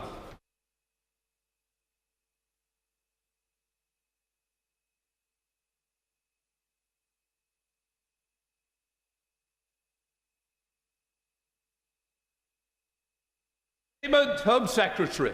Thank you, Mr Speaker. With your permission, I will make a statement about the murder of Henry Novak. Last December, Henry, aged just 18, was a first-year university student with his life ahead of him. He was kind, hard-working, loved by his family and friends. His murder at the hands of Vikram Digwa was a horrifying act. Digwa murdered Henry and then lied about him as he lay dying, falsely accusing him of racism. It was an evil act. I know the thoughts of the whole House will now be with Henry's family and his friends, just as mine are. What they have been through is heartbreaking, for most of us, unimaginable. I know nothing can take their pain and loss away. But yesterday, we saw some measure of justice. Digwa was sentenced to life imprisonment. He will serve a minimum term of 21 years. His mother, Kiran Kaur, has been convicted of assisting an offender. She is due to be sentenced on 17th of July. And today, the Crown Prosecution Service has authorised further charges against other members of the attacker's family. With further sentencing and possible charges pending, we must be cautious still in what we say about this case, so that we do not place any proceedings at risk. However, I can and must pay tribute today to the dignified and powerful words of the Novak family in the statement they gave after yesterday's sentencing. They deserve answers. They deserve answers in particular about what happened on that awful night and the actions of the police officers who arrived on the scene. I expect many in this House and many more across this country have now seen the police officers' body cam footage released last night. It is, without question, a disturbing and tragic thing to see. People are rightly asking questions about how the situation was handled, and they are shocked and disquieted to hear Henry's words, "I can't breathe." I know that it is difficult to wait any longer for answers, but there is a proper process to assess whether there have been incidents of police misconduct, led by the Independent Office for Police Conduct, the IOPC. They will determine what could and should have been done differently. They will determine what action may need to be taken against individual officers. The family yesterday called on me, and I quote, to ensure the IOPC has the resources, authority and independence it needs to conduct a full, fearless and transparent investigation. Mr. Speaker, I can confirm to you today that I will do so. The IOPC will be equipped and encouraged to act to find the truth and to ensure, if necessary, that there are consequences. There have been accusations, I know, of two-tier policing, that one community has been prioritised over another. It will be for the IOPC to determine the facts with regard to this specific case, and I cannot and will not comment on them. But let me say this on the question of preferential treatment more widely. The police in this country have a sacred duty to police without fear or favour. Everyone in this country is equal before the law. It is the promise upon which our whole justice system rests, and the equality of every citizen is the foundation on which the openness, tolerance and generosity of this country rests. Let me also be clear about one other thing, a dangerous undercurrent that I have seen in the reaction to this awful crime. Threats against police officers are utterly unacceptable. There can be no justification for intimidation, abuse, or attempts to take the law into one's own hands. A police officer unrelated to this case has been misidentified online and subjected to death threats. He has been forced to relocate to protect himself and his family. Misinformation and inflammatory commentary is making a dreadful situation even worse. We must all, together, condemn it. And we must also allow the facts to be established to the appropriate investigations and the courts, and we must do so calmly and responsibly. The Novak family and Henry's memory deserve answers. They have also called on us all to take action. Action to address the daily tragedy of knife crime in this country. This government is committed to halving knife crime in this decade. And since the start of this parliament, we have made progress. Knife crime has fallen by 10%, and knife homicides are down 27% at their lowest level in a decade. But clearly, we must do more, whilst there are still tragedies like this one. And for that reason, we have recently published our Halving Knife Crime Plan. It sets out how we will go further to drive sustained reductions in violence. It brings together action across government and across society to stop people from turning to knife crime and to ensure that perpetrators are caught and brought to justice. Amongst a range of measures, this will see schools and families supported to address the root causes of knife crime through the establishment of 50 Young Futures hubs. Police using new crime mapping tools to target enforcement more precisely and making better use of stop and search. And cruel and exploitative drug gangs stopped from criminally exploiting children, preventing the knife violence that is driven by the county lines trade. In relation to knife controls, there have been calls to limit the right of Sikhs to carry their ceremonial knife, the kirpan, one of the 5 holy items in their faith. The Offensive Weapons Act of 2019, passed under the previous government, clarified and strengthened existing legal protections in relation to long kirpans. This included extending defences so that kirpans can be lawfully possessed for religious reasons and used in religious and ceremonial contexts. But let me be clear, carrying a knife for the purpose of religious observance is one thing. Using it, as so tragically occurred in this case, is quite another. It is a vile act, a crime of the utmost severity, and it will be met with the severest punishment. Yesterday, the Novak family ended their statement with a powerful call to us all. I quote, "We do not want his death to be used to create further division, hatred, or tension." They quoted the words of the prosecuting lawyer, and I quote again, Mr. Speaker, "This is not a case about Sikhism. This is not a case about racism. This is a case about murder." I echo those words. We cannot allow this murder to turn communities against one another. We must condemn those who seek personal political profit from tragedy. Instead, we must show who we really are in this country. This was a murder, a vile and violent crime. The punishment must be reserved for those who are responsible for the act. We do not believe in collective punishment in this country. Instead, we stand together against an act of pure evil. We condemn those who committed this heinous crime, not all those who share their faith or their ethnicity. Yesterday, a sentence was handed down in court. I know it will never be enough. The loss felt by Henry Novak's family and friends will last forever. A wonderful young man will never enjoy the promise of the life that stretched out before him. The evil acts of his murderer and accomplice will never be undone. But we can choose to use this moment to pursue positive change. We are still limited in what we can say. There is a sentence to be handed down and further charges may follow, and there is an IOPC investigation ongoing. But I call on everyone here to be responsible in this moment to allow justice to run its full course. But while we must be limited in what we can say, we must not be limited in how we act. I will end with the words of the Novak family once more.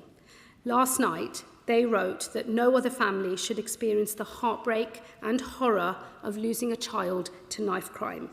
Let that be the challenge to us all, across this House, across government, and across society. It is the very least we can do to honour the memory of Henry Novak. Mr. Speaker, I commend this statement to the House. Chris Phillips, Shadow Home Secretary. Thank you, Mr. Speaker. I thank the Home Secretary and thank you, Mr. Speaker, for ensuring the government came to the House today. The murder of Henry Novak is devastating for his family. He was an innocent young man on the way home when he was brutally killed. Henry's family have suffered an unimaginable loss, and I know the thoughts of the whole House will be with them all. The evil murderer, Vikram Digwa, lied from start to finish, including a false allegation of racism.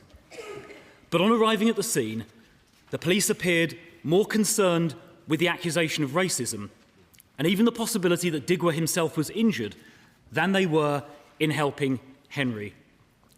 Henry told the police he could not breathe 9 times. He told them he had been stabbed 4 times. The response from the officer, we've all heard, was to say, "I don't think you have, mate." Henry was handcuffed and dragged across the ground as he lay dying. Can you imagine what he must have felt as he cried out for help and was ignored, as the officers who should have worked to save him instead handcuffed him and inquired after the welfare of his killer, standing just inches away. Henry's dad, Mark, said this: "Henry did not die with dignity. He did not die with the care he deserved. He lost consciousness before anyone believed him."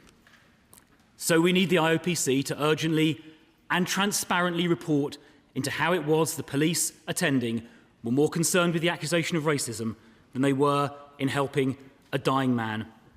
Mr. Speaker, we cannot tolerate a situation where false allegations of racism by criminals are believed. We cannot allow the colour of someone's skin to be a consideration in how the police or other public services treat people. And yet this has happened.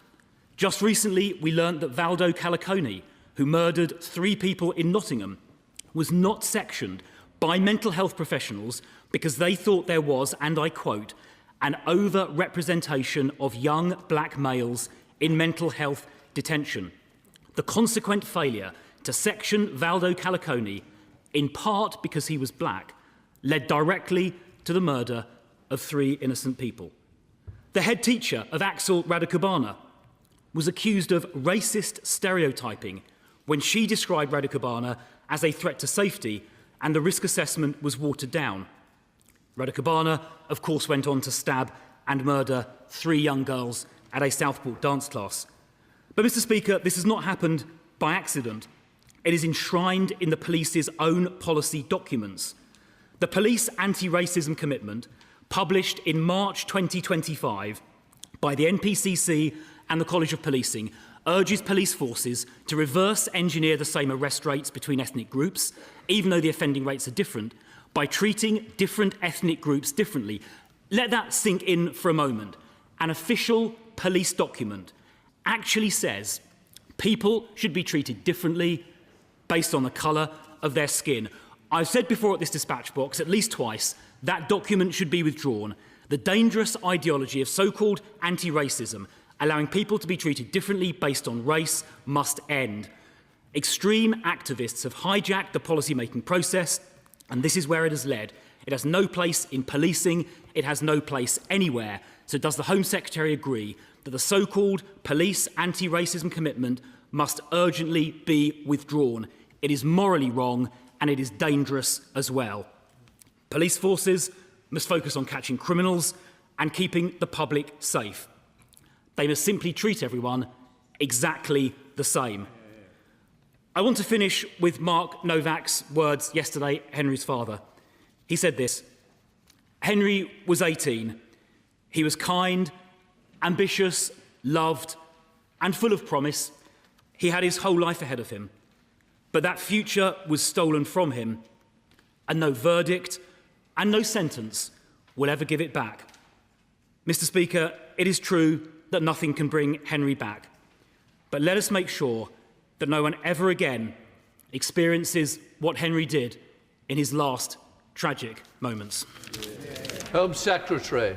Thank you, Mr. Speaker. Let me thank the Shadow Home Secretary for his remarks and for the tone in which he's reflected on this horrific murder and the words of the family, which obviously he knows I share as well.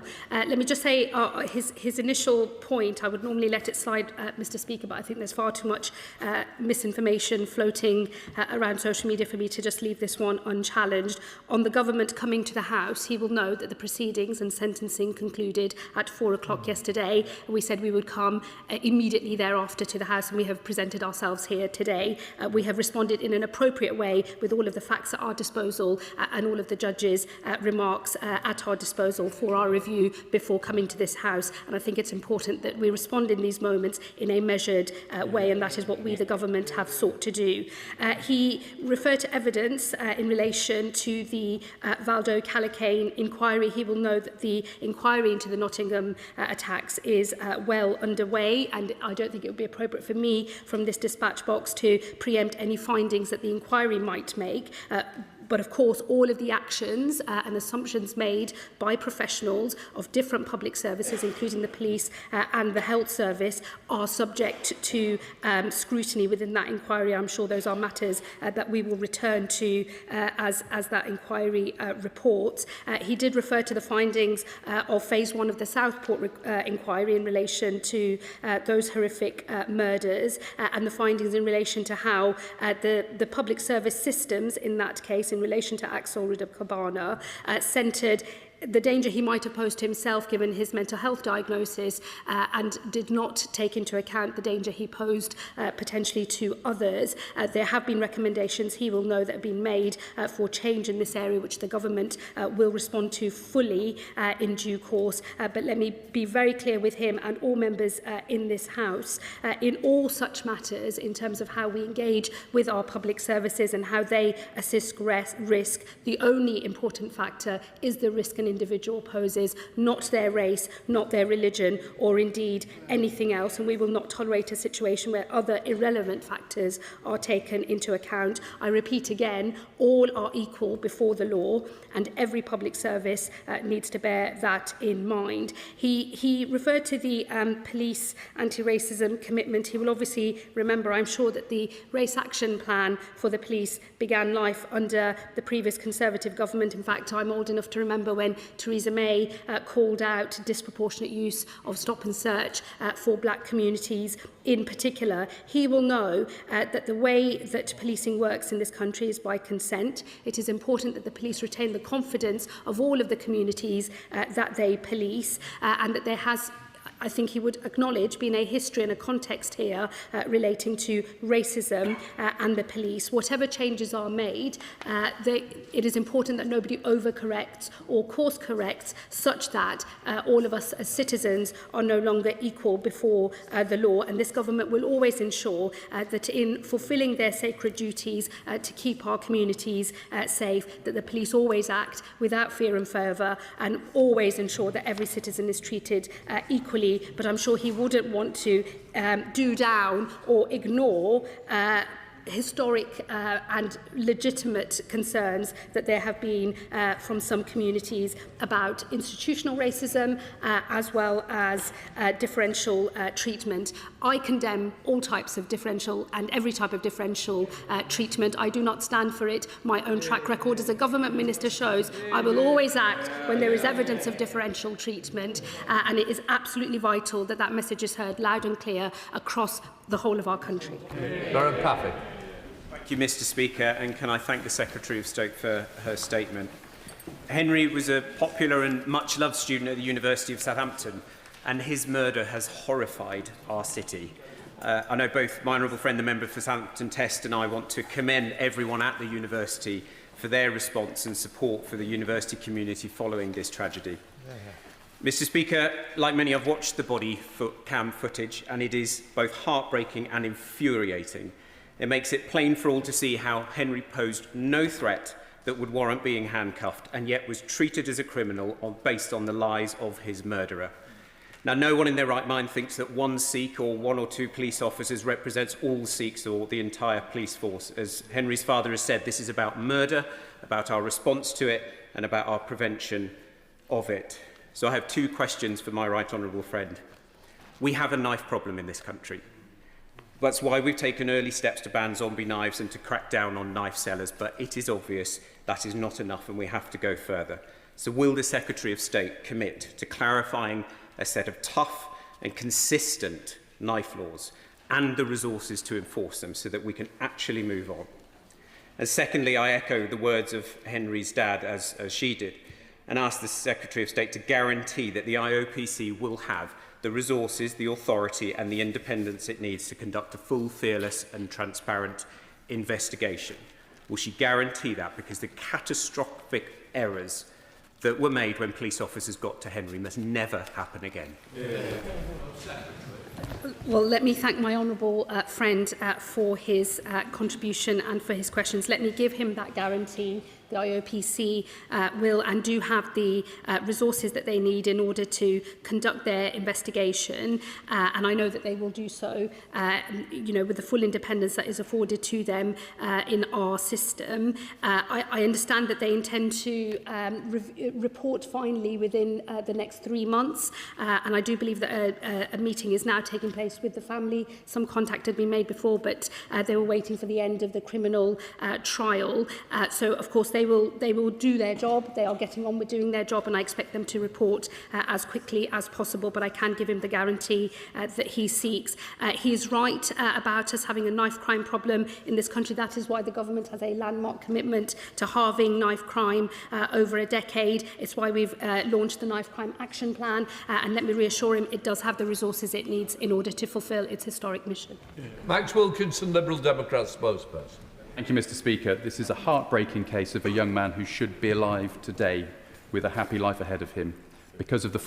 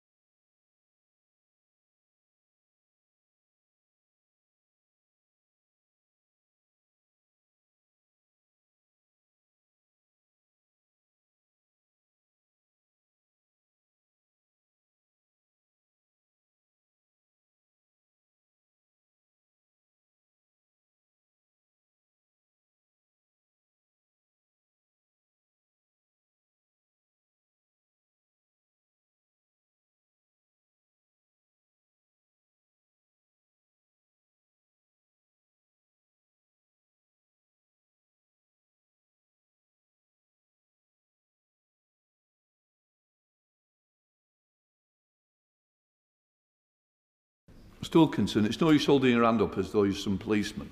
I'm policing it on the time given. You're quite a bit over. I hope you're coming to the end now. I am, Mr. Speaker, and I apologise. As Mark Novak has said, the outcome here should not be one of further division. In that spirit and in Henry's memory, we must work together to ensure this kind of tragedy is not allowed to happen again. Thank you, Mr. Speaker. Well, let me say I welcome the contribution from the Liberal Democrat spokesman and associate myself with his words again in relation to the family and their reaction to what has happened. I'm not sure there was a specific question in there for me, but if there are other things that the member wishes to pick up with me, then I'll be very happy to engage with him on other points of detail that maybe he wasn't able to come on to. Let me just reiterate for the benefit of the whole House, Mr. Speaker, anyone using this tragedy, this horrific, vile act of murder in order to stoke further division in our country should be rejected by everyone across this House. Political grandstanding and further division is not what is needed. Clear-eyed action and a commitment to ensuring all of our citizens are equal before the law of our collective land is what is needed. Live effort. Mr. Speaker, this is a terrible incident, and my heart goes out to the family of Henry. But is my right honourable friend concerned, as I am, that some have raised the issue of the Macpherson inquiry, and that this has caused the police to hold back when dealing with people who perpetrate crimes who may be from an ethnic minority. Does you agree with me that there is nothing in the Macpherson inquiry that suggests the police should behave in that way, or excuses the extraordinary behaviour of the police at the scene of this crime? And does she think that what needs reviewing here is the way that police are trained in dealing with incidents of this sort? Because it seems to me that there was that what happened at the scene of that crime falls way below what we expect of the police. Well, I thank my honourable friend. Let me say, look, police officers must apply the law fairly, without fear or favour, to every single person that they serve. They do work incredibly hard and they do get it right the vast majority of the time, and where mistakes are made, it is right that they are properly investigated and examined. I do think the whole House should remember that our police officers every day run towards danger in order to keep our communities safe. He will know on the specifics of this case because of the ongoing independent IOPC investigation. I don't think it's appropriate to comment further on the specifics of this case. Father of the House, Sir Edward Lee. I agree with everything the Home Secretary says, and I agree that we shouldn't weaponise this issue, but nor should we tiptoe around it. The truth is that many white people in this country feel that the police are so terrified of being called racist that either they underreact in the case of the appalling grooming scandal, or they overreact in this case. So there is a role for the Home Secretary now. She needs to really summon in these top police officers and say things have got to change. We are all equal. Don't be terrified of what people think about you. Just carry out the law as you're supposed to do as police officers. Well, Mr. Speaker, I have made very clear from this dispatch box and over the course of my tenure as Home Secretary to say all are equal before the law, and the police must always act without fear and without favour towards any one group. I don't think it's helpful for us to start pitting either majority or different minority communities against one another. That is not what this moment requires. And it is important, he's right, there's always a balance to be struck. There mustn't be underreaction or indeed overreaction. It is always a balance, and I do believe that the police in the vast majority of cases do get that balance right, and as I say, our police officers every single day run towards danger in order to keep us safe. I will always scrutinise all these actions to make sure that our police service is functioning as it should be, so that every single citizen in our country, regardless of the colour of their skin or the faith that they have or may not have, can be absolutely certain that they will always be treated equally, and that whatever complaint they have will always be investigated in the way that we would all expect. Amanjeet Singh Desai. Thank you very much, Mr. Speaker. I am deeply saddened by the murder of Henry Novak, and my heartfelt condolences to his family, whose pain was made all the worse by the police wrongly handcuffing Henry, believing the lies of the violent murderer. And that stripped Henry of his dignity in his agonising final moments, something which should never happen again. But also, Mr. Speaker, what's very galling is that the likes of Reform, Restore and the far right decided to politicise people's pain, attacking the Sikh community for wearing the kirpan and wanting it banned, even though the kirpan was not used in this violent attack. And they've decided to scapegoat and throw under the bus an entire community based on the actions of one violent murderer. And let me also give them a history.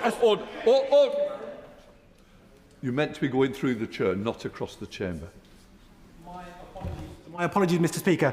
And let it not be said that we see them and we will stand up to them.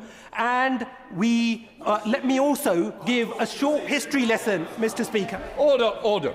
I started this session by tolerance and respect, and I don't expect to be pointing at each other and attacking each other. You work through the chair. We want an orderly chamber that is respectful. This does nobody any good. I think. Thank you very much, Mr. Speaker, because hundreds of thousands of Sikh soldiers bravely fought alongside British soldiers during both World Wars. Tens of thousands made the ultimate sacrifice, proudly wearing their turban and their kirpan. So what reassurances can my right honourable friend, the Home Secretary, give to the Sikh community, which is both horrified and ashamed at this brutal murder, and they are fearful of their right to freely and peacefully practice their faith? Well, let me reiterate for my honourable friend, religious freedom is a very important principle that this government respects, that has been respected by different governments of different party political persuasions, and I'm sure that that will continue to be the case. As I said in my statement, we are not a country that collectively punishes an entire group of people for the actions of individuals. The responsibility for this murder rests with the murderer, and he has now faced justice and been sentenced, and that is the right way for these matters to proceed. Let me also say something, Mr. Speaker, on the tone of this debate. I think it would be right for the whole House to remember, I'm sure Henry Novak's family and his friends are watching, and the way we conduct ourselves in this place can of course be passionate, but must not result in name-calling and also in just shouting different political views here, because I don't think we should all stand for a politicisation of this murder. There are lessons to be learned, and I'm sure further issues to be drawn from what has happened once the IOPC has concluded its investigation. I'm sure we will debate them here in the future as well, but the way that we conduct that debate matters just as much, in my view, as what is said. Lewis Cocking. Thank you, Mr. Speaker. This is an appalling and sickening tragedy. Words cannot express my heartbreak for Henry's family and fury at the system that has led to this. We have all seen the body-worn video, and in a previous role, as part of my job, it was my job to review that footage and give an independent judgment. In this case, it is clear to everyone that the police did not use appropriate and proportionate action. There are many good police officers who work hard to keep us safe. But on that night, those police officers displayed no concern for Henry. Immediate actions should have been taken to try and save his life. But instead, Henry was put in handcuffs and mocked as he lay dying. Those police officers have serious questions to answer. Can the Home Secretary explain what action the government will now take to ensure that every officer involved is held accountable for the decisions that they have made, and so that the public can have confidence that we'll all be treated equally under the law? Well, let me give the honourable gentleman that assurance by referring to the fact that the IOPC is investigating this matter, and they will be free to conclude that investigation using all of the powers that they have and also all of their evidence-gathering abilities. He will know, having reviewed such footage in the past, of course, what is publicly available is 3 minutes of a much longer incident, but the IOPC will be able to review every bit of body cam footage, all of it in its totality, as well as other evidence that sheds light on the context of the incident and also what the police officers saw and how they reacted to it. The IOPC is free to make recommendations not just on specific conduct but also on wider lessons that should be drawn. Let me reassure him, once the IOPC has reported and made its findings, I will make sure that I personally update the House. Jen Craft. Thank you, Mr. Speaker. I would like to pay tribute to my constituent Henry Novak, a bright young man at the start of a life that held so much promise. The turnout at his funeral and the outpouring of community support show that he had an impact well beyond his young years. I'd like to pay tribute to his family, Mark Novak, particularly his father. Many here have quoted his words, calling that Henry's death does not lead to more division and hatred. His sister Olivia made space in the early days of her own grief to support Henry's friends. I think that speaks to this family and their courage and their bravery and their dignity in dealing with one of the most tragic and devastating things that any of us could ever imagine going through. Like many in this house, I've watched the body-worn video camera footage that was released last night, and I watched it with horror. I cannot imagine what Henry's family felt seeing that and knowing that that was their son's last moments. They expected help from the police, but when Henry lay dying, what he got was accusation and he was disbelieved. This can never happen again. I would like to ask the Home Secretary what she will do to meet Henry's family's calls. First of all, to tackle the national emergency that is knife crime. Like many families who have suffered a loss from this appalling crime, Henry's family have called that his death has not been in vain, that lessons are learnt, and that they can go forward to see that his legacy is that no one else has to suffer that grief. And secondly, I would welcome the Home Secretary's assurances that the IOPC investigation will be thorough, will be fully resourced, that no stone will be left unturned, that the family will have the answers they need and deserve. They will know why their son was treated as a criminal and why the criminal was treated with much more dignity than their son was. And I would be grateful if she would speak to make sure that the family's needs, their wishes, and that their voices are heard throughout this inquiry. Thank you. Well, Mr. Speaker, let me first pay tribute to my honourable friend for her powerful contribution as Henry's constituency member of Parliament. Let me firstly give her absolutely the assurance that she seeks in relation to the IOPC investigation.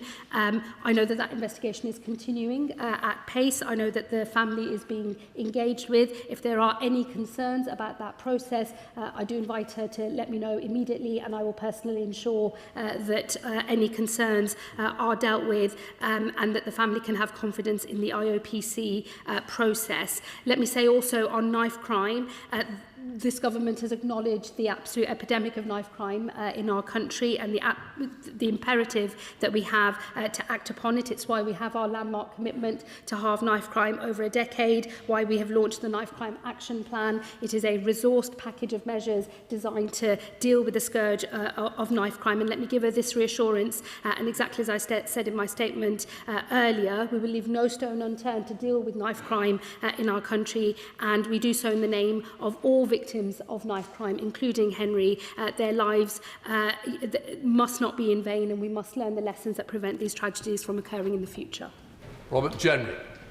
When Henry lay on the floor, he warned that he had been stabbed 4 times. He said that he couldn't breathe 9 times, and yet the officer chose to cuff him rather than treat him. That officer should be in court being prosecuted for a total dereliction of duty. But the bigger question is this: why do officers behave in this way? Is it because they have been taught repeatedly to elevate perceptions of ethnic minority communities over the safety of white British people? That sickness contributed to the killings of Rudakabana, of Kalakone in Nottingham, and now to Digwa. Is a sickness rooted in the anti-racism agenda. Will the Home Secretary root it out? Will she return to equality before the law for all? And will she say that when it comes to public safety, white lives matter just as much as anyone else's? Here. Thank you, Mr. Speaker. Let me say to the honourable gentleman, I don't think this is a moment to pit white Britons against non-white Britons. This is a moment to reflect on a horrific tragedy. He knows full well that the IOPC is investigating the conduct of those police officers. It would be wholly inappropriate for a member of this House to seek to preempt an independent investigation into the potential misconduct of police officers. That IOPC investigation will look at individual conduct, but also what other wider lessons can be learnt from this case. I will personally ensure that all lessons are learned and indeed acted upon. And let me also say it is a fundamental principle, not just of the British criminal justice system, but who and what we are as a country, that we are all equal before the law of our land. That applies regardless of the colour of your skin. That applies whether you're a non-white Brit whose family arrived here 50 years ago or 10 years ago, or if you're a white Brit whose family have been here for about 300 years or more. We are all equal before the law of our land, and we should all support that principle, but not use it so as to pit our citizens against one another. That is not what this moment demands. Florence Eshelurby.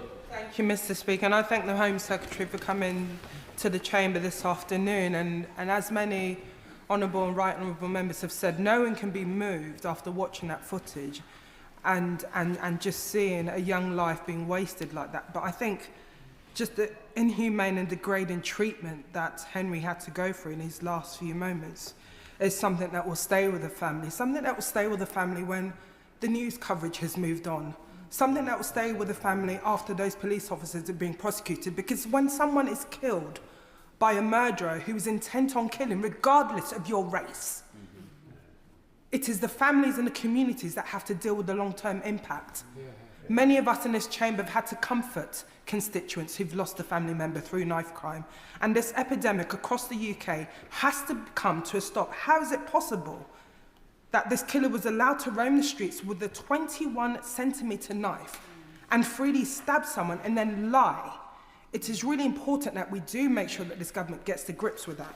So I want to ask the Home Secretary, as soon as the IOPC conclude and find the findings of this investigation, will she come back to this House and make sure that the government adequately responds so that we are not back here again having to answer and try to console another family whose life has been taken by knife crime?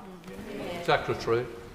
I thank my honourable friend. Let me give her that reassurance. I think it is right, whilst the IOPC investigation is taking place, that we give that the space it needs to do its important work, and it would be wholly wrong for ministers to try to preempt what findings might be made in the future. But as soon as those findings are made, I will ensure the government responds. Paul Holmes. Thank you very much, Mr. Speaker. And can I welcome the Home Secretary's statement this afternoon, and just say that I think we all in this House need to be careful at our response to what is a sad loss of life of a young man who was going to a vibrant university in a fantastic and welcoming city with the rest of his life supposedly ahead of him. Notwithstanding what the Home Secretary has said, and I'm grateful for her saying that the IOPC will receive full resourcing, has she done any thinking as to what other investigations her department might need to do into the conduct of Hampshire Constabulary? Can she confirm whether the officers in question have been suspended pending the investigation? And also, could she outline whether she's currently looking at whether she needs to make changes to the exemptions to carrying knives for religious or cultural purposes? Secretary.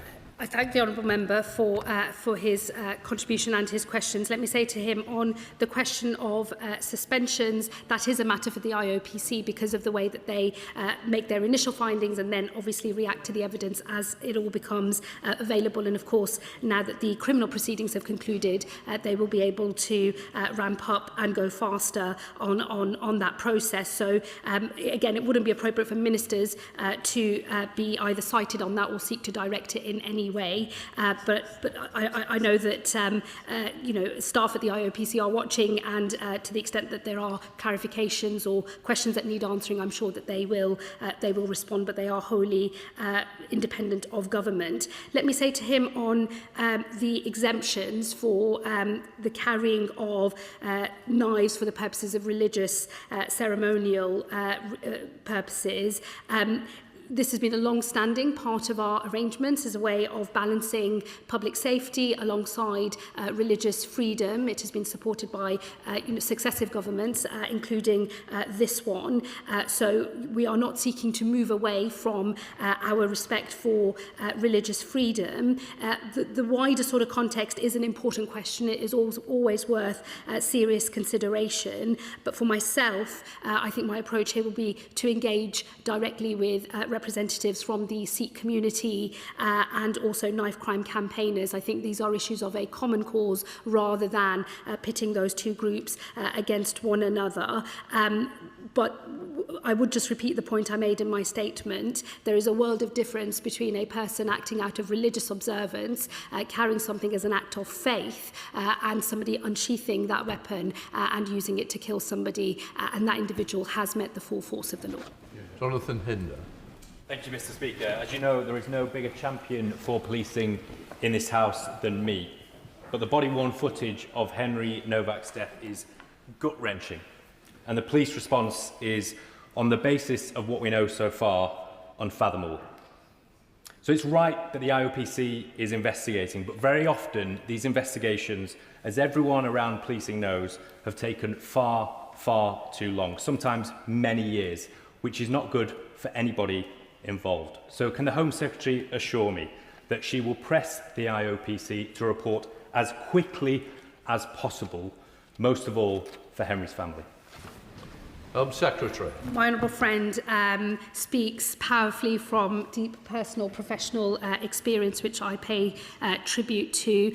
Let me assure him that I, as a constituency member of Parliament, have had many concerns about the length of time it takes the IOPC sometimes to report, concerns that I've raised with them directly since I've been Home Secretary. On this occasion and in relation to this case, however, I do think, given that the investigation started in December, the criminal investigation and case has only just concluded in relation to the murderer, and given that the IOPC have said they expect to report within 3 months, I do believe that this investigation is proceeding at the pace that this House would expect. And I'm sure the IOPC are reflecting on the tenor of the debate today and will understand the need for urgency and to make sure the family have answers as quickly as is humanly possible. Ms Jones. Thank you, Mr Speaker. My thoughts are with Henry Novak's family, friends and the local community. The prosecution said the perpetrator had a weapons obsession. It should not have been so easy for somebody with a weapons obsession to amass an arsenal of knives. What is the Minister doing to reduce the availability of dangerous knives on our streets? Home Secretary. The Honourable Lady makes a really important point. She will know that we have legislated. The Crime and Policing Act became law just a few short weeks ago. The measures within that Act will be implemented at pace by this government, but they relate to the possession of weapons, the buying of weapons, whether online or elsewhere, new duties on sellers of knives to report larger sales or bulk sales of knives. The government has taken a broad range of measures in order to deal with the scourge of knife crime in our country. Those measures have just become law. We will ensure that the law is implemented as quickly as possible so that we can get on top of this issue. Thank you, Mr Speaker. The death of Henry Novak is a horrifying tragedy, and my thoughts are with his family, friends and community. As a House, we must honour the words of his father not to use this tragedy to create further hatred or division or tension, and the House should not go against those wishes. They want action so no other family goes through what they are going through right now.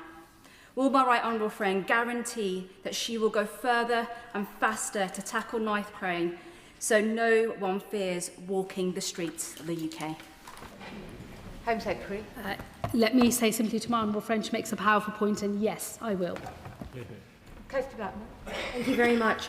Please can the Home Secretary ensure that the IOPC report or the findings from the report are shared with Police Scotland and in fact with all police forces across these islands in order to ensure that any recommended structural or procedural changes and lessons can be learned by all forces and then can be implemented?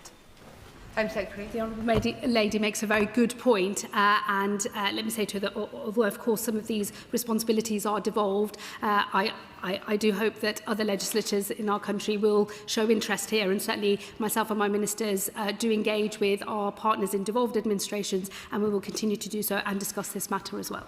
Thank you, Madam Deputy Speaker. And I also want to thank the Home Secretary for her statement. Madam Deputy Speaker, as an Amritdali Sikh, I wear the 5Ks every day, part of my religious observance, including the Qurban. And as a Sikh, I really struggle to express the feelings of sheer horror that this case has generated within me, my family and my friends. It's absolutely, it has been horror. The senseless murder of Henry Novak should be condemned in its entirety by everybody. And a young man's life has been taken in his prime, and I wish to express mine and my constituency full sympathy and condolences for the family of Henry Novak, who have shown incredible dignity in their grief. Madam Deputy Speaker, I totally condemn the action of Vikram Digwa, the mindless, the senseless murder, the lies, and there is simply no religious justification for his actions. And I'm relieved that our criminal justice system and the courts came to the same conclusion, and that is a sentiment that is shared universally across the Sikh community. Madam Deputy Speaker, this case has raised many aspects of concern to my constituents, Sikh and non-Sikh. These include issues of safety, knife crime, and issues of freedom to practice one's faith. So will the Secretary of State meet with me and colleagues to discuss these issues further? Well, I thank my honourable friend for his contribution, and let me again emphasise the dignity and the grace shown by Henry's family. Their response has been something I don't believe I would have been capable of if I had been in their shoes, and it is an example to us all. Let me say to him, on the broader issues, there will be many issues in relation to this case. Once the IOPC investigation is concluded, we'll be able to draw further conclusions as to the facts, the police response, and wider problems as well. Always happy to discuss with him the different nature of the issues raised in this case, and in particular on how we get the right balance between the religious freedoms that he and I both enjoy as members of faith minorities in our country, and also the need to make sure that public protection is never compromised. Thank you, Madam Deputy Speaker. Henry Novak's tragic murder was sadly stark proof that we have become a country where we no longer treat everyone as equal under the law. Does the Home Secretary agree it is time to put a stop to the political correctness that has overpowered common sense policing? And will she commit to and end the nonsense of police cultural competency training being put ahead of protecting every citizen regardless of race? Let me reiterate my belief and expectation that the police must always act without fear or favour and treat all citizens equally before the law. I hope she will recognise that the vast majority of our police officers run towards danger every day to keep us all safe, and in the vast majority of cases they get the absolute balance right between how they respond to a specific case and also more broadly how they keep communities safe. Where there are issues, lessons must be learned, and I'm sure once the IOPC investigation is concluded, we will do so.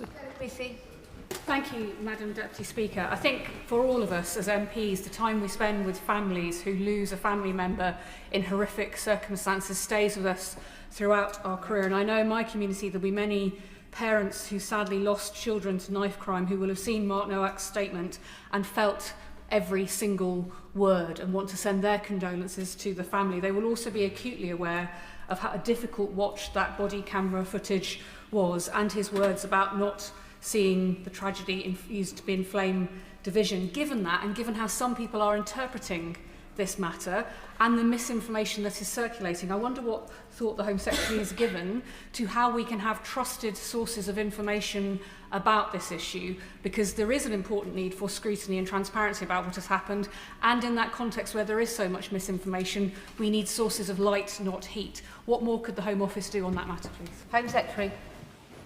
Well, let me say to my honourable friend, we in the Home Office have a responsibility that we seek always to fulfil, to make sure that we act calmly and responsibly with the full facts at our disposal. And if we do not have the full facts at our disposal, we wait until we do before we comment, so as not to put out misleading or false information. The wider environment, she is right, is very challenging. And of course the government is taking action by other government departments in relation to Online Safety Act and other digital platforms. I'm sure those are conversations we will return to, because there is no doubt on social media in particular, the environment is very challenging for making sure that the truth is able to be established rather than misinformation and straight up lies as well. I think we have a responsibility also in this House collectively to make sure that we are the ones that shine light rather than heat on these matters, so that we can hold our country together and make sure that all of our citizens are treated fairly.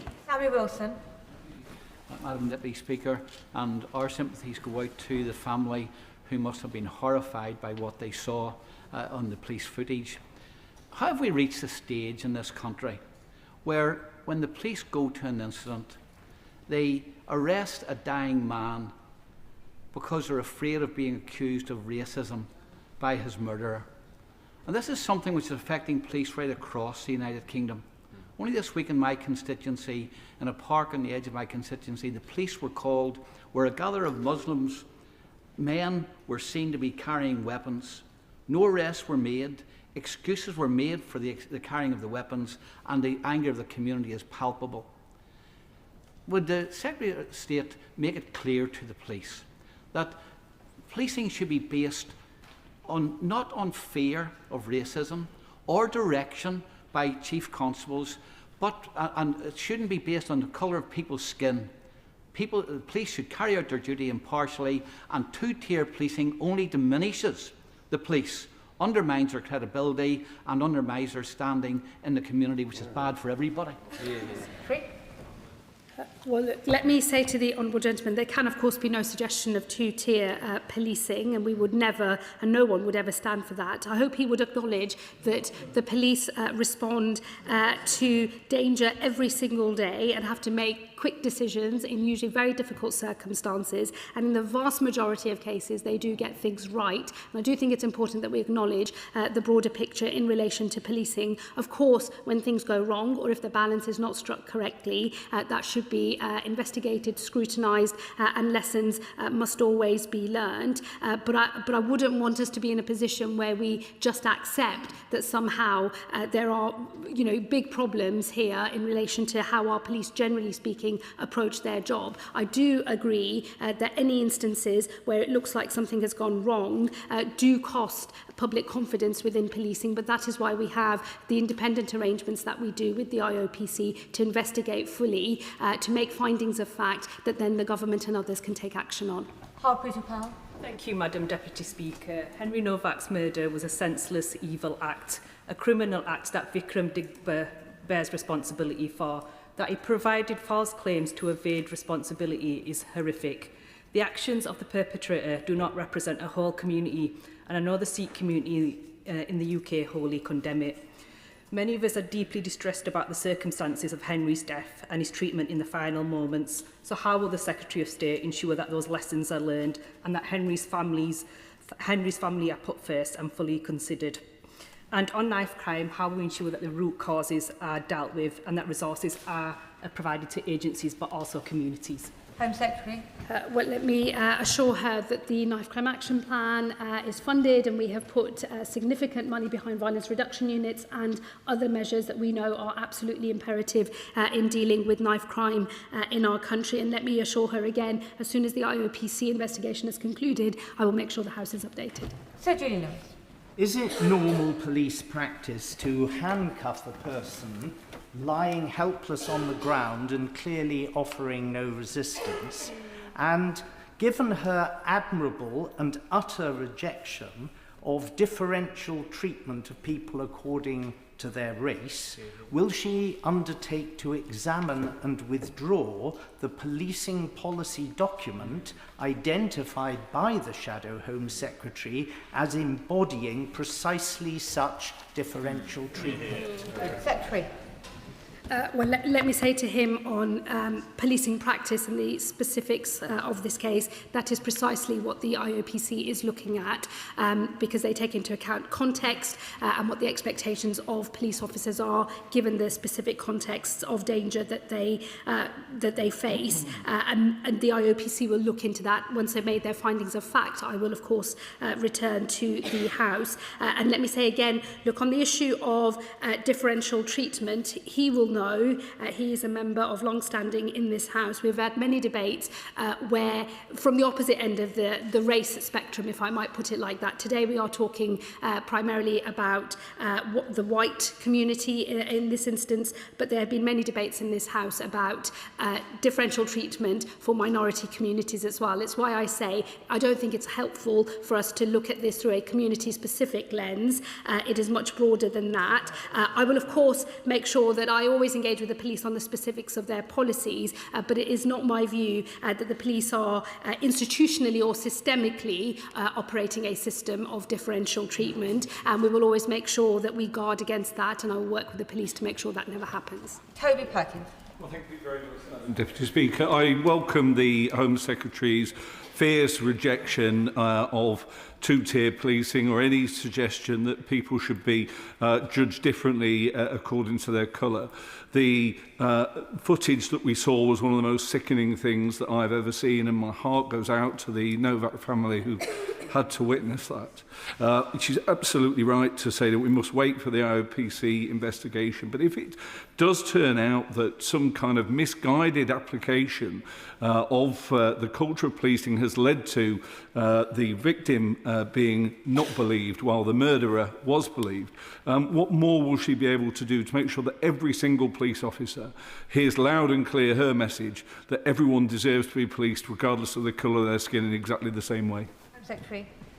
Well, let me give my honourable friend that assurance that as soon as the IOPC investigation has concluded and they have made their findings in relation to the specific circumstances of this case, I will make sure we return to this House so that we have an opportunity to debate collectively what the correct response will be. But let me just reassure him and everybody else, I will never stand for a system where there is any suggestion of differential treatment before the law. We are all equal before the law, and every lesson that we learn must always live up to that abiding principle. Deputy Speaker.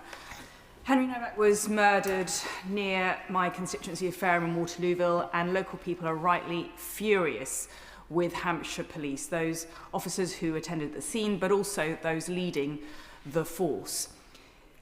It's important to remember that Henry's murderer accused him of racism, and in honour of Henry's legacy, it's important that we're all abundantly clear.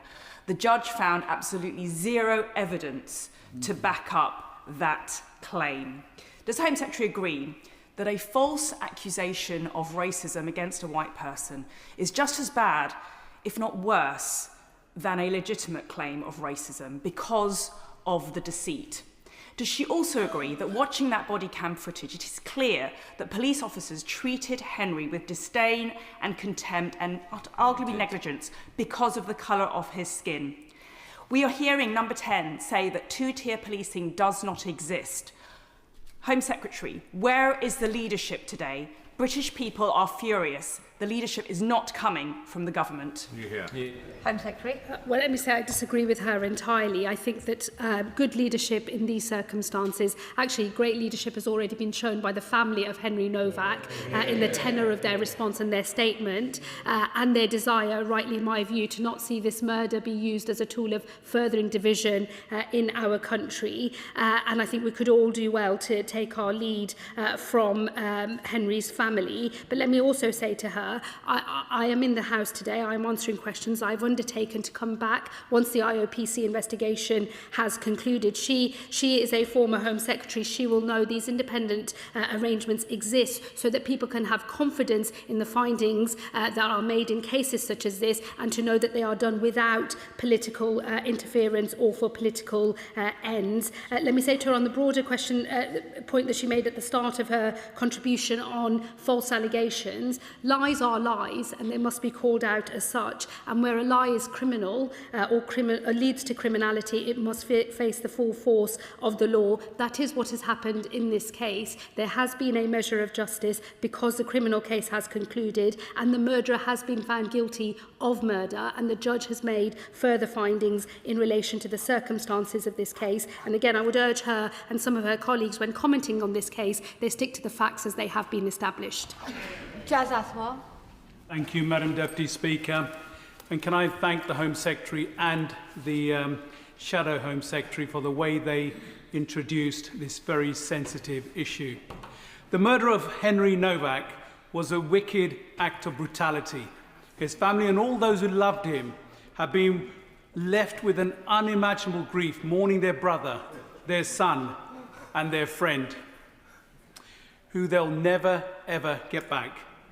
I know members across the House share my devastation at this vile murder by this vile individual. However, some members have been using the horrific incident as political capital, spreading disinformation for their own gain. Does the Home Secretary agree that politicians have a responsibility to act with decorum, to focus on Henry, who lost his life, and his grieving family, who've lost a son, a brother, rather than fan the flames of division. Secretary. I agree with my honourable friend, and I do believe on this matter we should take our lead from Henry's family, who I think have set an example for us all to follow. Dr. Luke Evans. I've been stabbed versus he racially abused me. How's the government going to rebuild public confidence in our culture and institutions that are tempted to rank people by their perceived oppression rather than judging each person on their own actions and the reality? Yeah, very good. Secretary. Well, look, let me just repeat to the honourable gentleman the point I've already made in this debate. There can be no suggestion of two-tier policing in our country. In the vast majority of cases, the police apply the law fairly and without fear or favour, and they must always do so. Once the IOPC investigation has concluded, I will make sure that the specific lessons from the circumstances of this case are learned and acted upon. Bailey.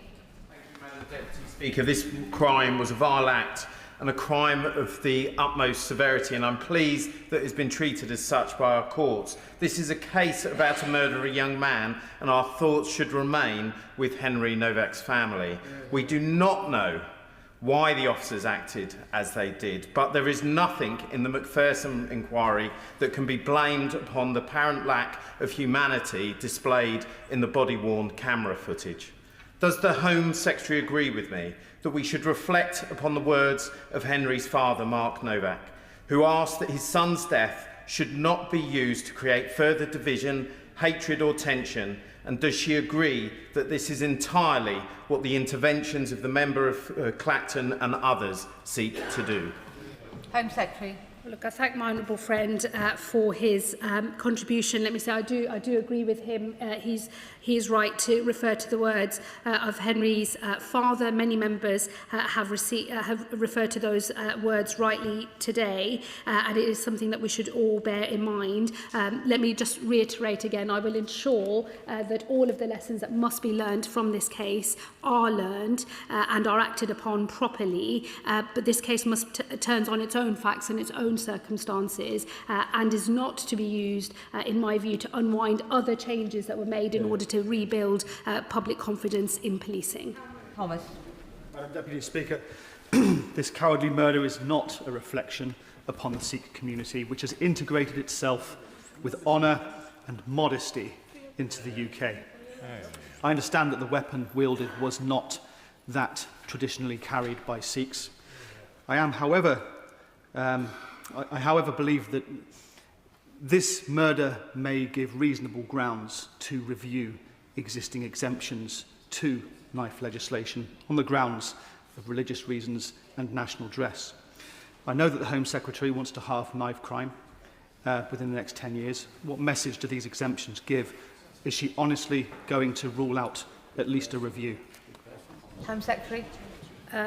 Well, let me just say to the honourable gentleman, as I've said earlier in this debate, our religious freedoms and the arrangements we have are long-standing and have been designed to strike the right balance between religious freedom and public protection. I have said earlier in this debate that the wider question is something that is worthy of serious consideration, which is what I will give to it. But I would want to start that process by discussing with the Sikh community themselves, to knife crime campaigners and also the police about this matter. That I think is the right way to proceed rather than launching a formal review, because actually, as the judge found in this case, this was not an act of religious observance.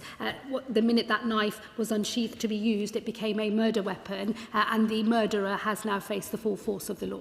Alex Baker. Thank you, Madam Speaker. My thoughts are with the family and friends of Henry Novak. It was absolutely gut-wrenching to see the video footage of the body-worn camera. In Hampshire, this murder has left people deeply shocked, not only by the violence of the act, but by the circumstances as he lay dying. I'm pleased to hear that the IOPC will have the resources they need to fully investigate, and I'm also glad to hear that the Hampshire Police and Crime Commissioner has said that she will ensure that those recommendations are fully implemented. Mistakes have clearly been made, but will the Home Secretary ensure that Hampshire and Isle of Wight Constabulary receive any support needed to implement the IOPC findings in full, and that lessons on victim recognition, officer judgment and impartiality are acted on swiftly? Home Secretary. Yes, I can give my honourable friend that assurance, and in fact the Policing Minister met with the Police and Crime Commissioner earlier on today. Shaukat Adam. Deputy Speaker, we do not want Henry's murder to be used to create further hatred, division or tension. Those are the words of a heartbroken father, and I pray we all heed them in this House. This is a heinous crime made all the worse by the shocking police response, and there must be lessons. So can I ask the Home Secretary what she is going to do differently to crack down on the epidemic of knife crime, possibly a dedicated knife crime minister, and what steps will she take to ensure that our Sikh community, overwhelmingly peaceful and overwhelmingly integrated, are not held collectively responsible by those that wish to divide us? Home Secretary. Let me just say to him on knife crime, the government has a landmark commitment to halve the levels of knife crime in this country over the next decade. We have our landmark knife crime action plan. It is a funded action plan. The Prime Minister has taken a personal interest in that commitment, and this government will strain every sinew to deliver on that. Graham Springer. Thank you, Madam Deputy Speaker. In the 80s and 90s in this country, many police officers carried out their duties in a prejudicial and racist way. And I'm proud, together with many others, of having worked to eliminate that racism as much as we could. We're now left with maybe a more difficult problem to deal with. Many police officers and other public servants are now frightened that they will be accused of racism in carrying out those duties. What action does the Home Secretary think she can take and the Cabinet can take to reassure people who are accused of racism that proper process will affect them and it won't just leave them out of a job forever? Home Secretary. Well, let me say firstly that my honourable friend is right to remind the House of the historic context in relation to policing in this country and on the question of racism itself. And many minority communities have been on the receiving end of that treatment in the past. It is right that the system as a whole has sought to learn those lessons and to deliver a policing service that we can all be confident in and to know that we are all treated fairly under the law. That is what I will ensure continues to be the case going forward. I would say to him on the question of accusations, when accusations are made, whether in a legal and policing context or indeed throughout other parts of the public sector, they are just that, they are accusations, and we should remember the principles of our broader justice system when it comes to innocence and findings of guilt and the fairness of procedures to give people a chance to explain themselves without findings of fact being made against them before that has happened. I would expect to see that happen throughout the criminal justice system, but also throughout wider society as well. Jim Alistair. Thank you. When the race card was played by his murderer, was Henry Novak treated differently because of the colour of his skin, causing the innocent victim to be handcuffed and the murderer pandered to? Great. Well, the reaction of the police officers who attended the scene to the circumstances that they faced is what the IOPC is investigating. Once that investigation is complete and findings of fact are made, I'll be happy to discuss the further lessons with him and others in this House. Chris Webb. Thank you, Madam Deputy Speaker, and I join colleagues across the House offering my thoughts and prayers to Henry's family for his vile and disgusting murder.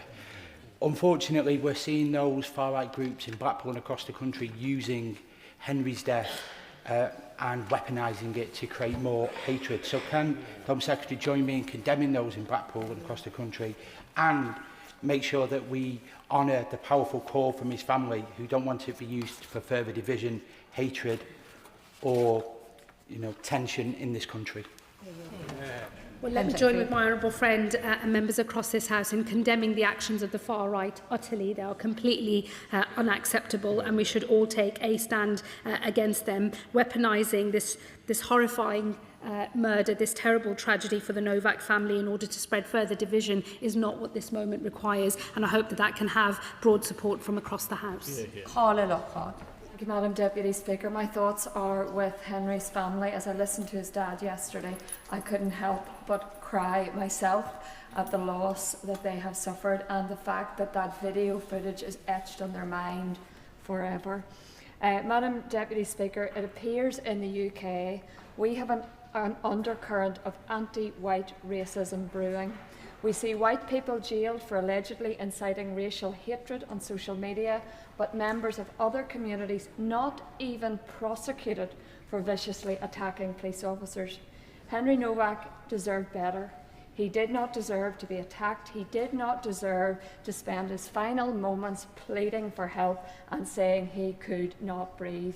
He did not deserve not to be believed. Above all, he did not deserve to die. Why did it take this government until yesterday to speak out on this matter whilst running to virtue signal on many other cases? Is the UK no longer a safe place for people like Henry Novak? Look, I do say to the Honourable Lady, the reason the government hasn't commented until yesterday is because there was a criminal case that was going through our courts. Members of this House, and certainly members of the government, are not commentators for the purposes of social media. They are ministers of the Crown, and they must respect the independence of our criminal justice system and the ability of our courts and our independent legal processes to function, so that when findings of fact are made, a conviction happens and a sentence is passed, it commands public confidence across the whole country, because everyone knows it has not been interfered with politically. It is an independent assessment of the facts of a case. And I would remind her and all members that that is the responsibility we all have, and I would urge her to reflect on that. Tom Rutland. Thank you, Madam Deputy Speaker, and I thank my right honourable friend for her statement, and can I offer my condolences to Henry Novak's family who've been through an appalling ordeal.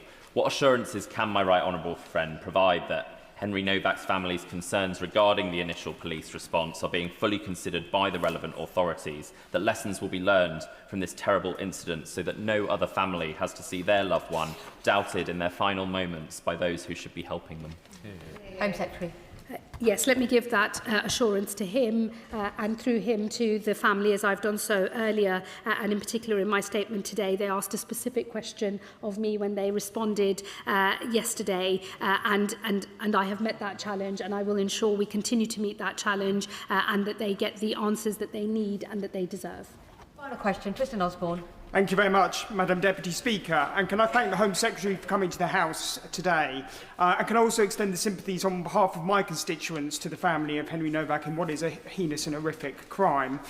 There is speculation online about the identities of these police officers, and it's also putting other officers at risk across the country due to the irresponsible speculation of extreme right groups and others which are fanning the flames of tension. Yeah. Can the Home Secretary confirm to me what we are doing to protect our officers on a daily basis in regards to this, and also comment on this irresponsible speculation that is being undertaken online? The speculation online is not just irresponsible, it is wholly unacceptable. And as I said in my statement earlier, we should all take a stand against that. It is putting people who are not connected with this case at risk, but also for the officers that have been connected to this case, there is a proper process that must be allowed to take its course, that will investigate their conduct and make the appropriate findings in the proper way. We should all in this House stand up for the independence of that process, the space for that process to conclude, so that once it has concluded, we can debate thoroughly the lessons that must be learned. That is the end of... point of order, Jen Croft. Thank you, Madam Deputy Speaker. On the 21st of May at Business Questions, the Honourable Member for Newark asked a question relating to the murder of my constituent Henry Novak. At the time, the case against his murderer was still ongoing. The member for Newark gave numerous details of the crime itself, including accusations that had been made by the now convicted murderer. I'm led to believe that matters subject to ongoing criminal cases are considered sub judice, and members should not speak about the details of such cases due to the risk of prejudicing proceedings, and in the worst case scenario could cause a mistrial.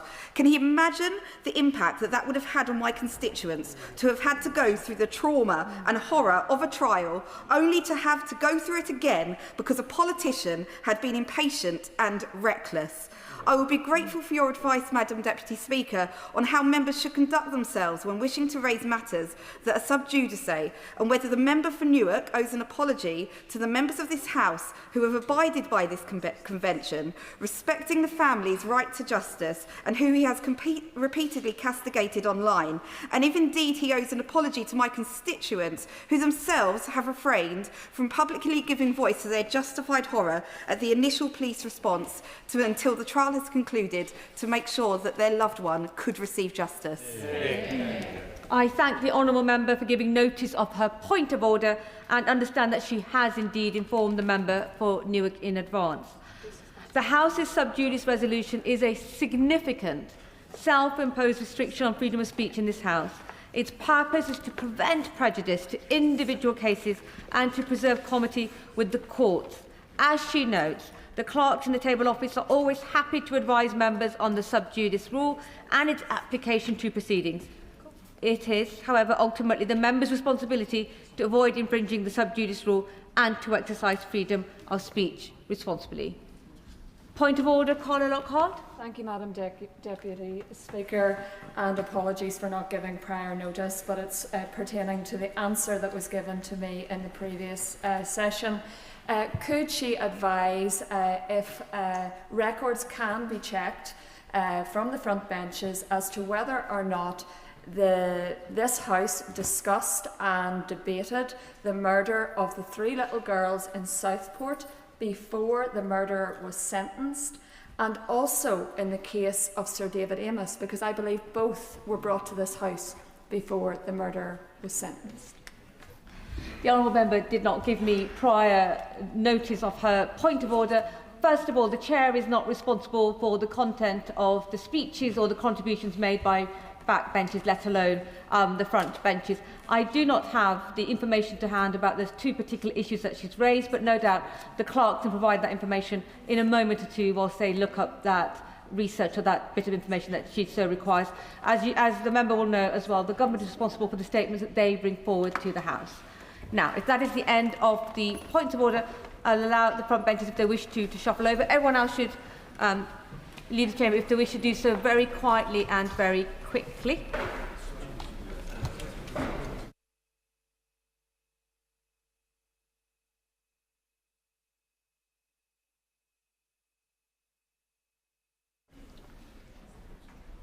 Mr. Philp, are you leaving? Are you staying? Mr. Philp, are you...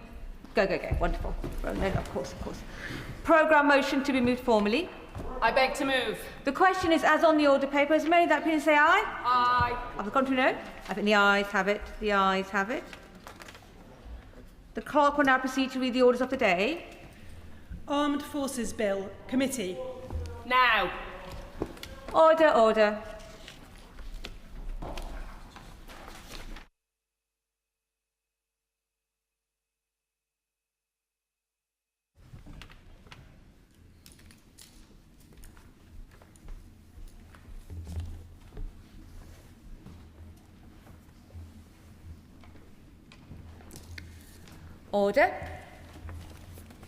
Armed Forces Bill.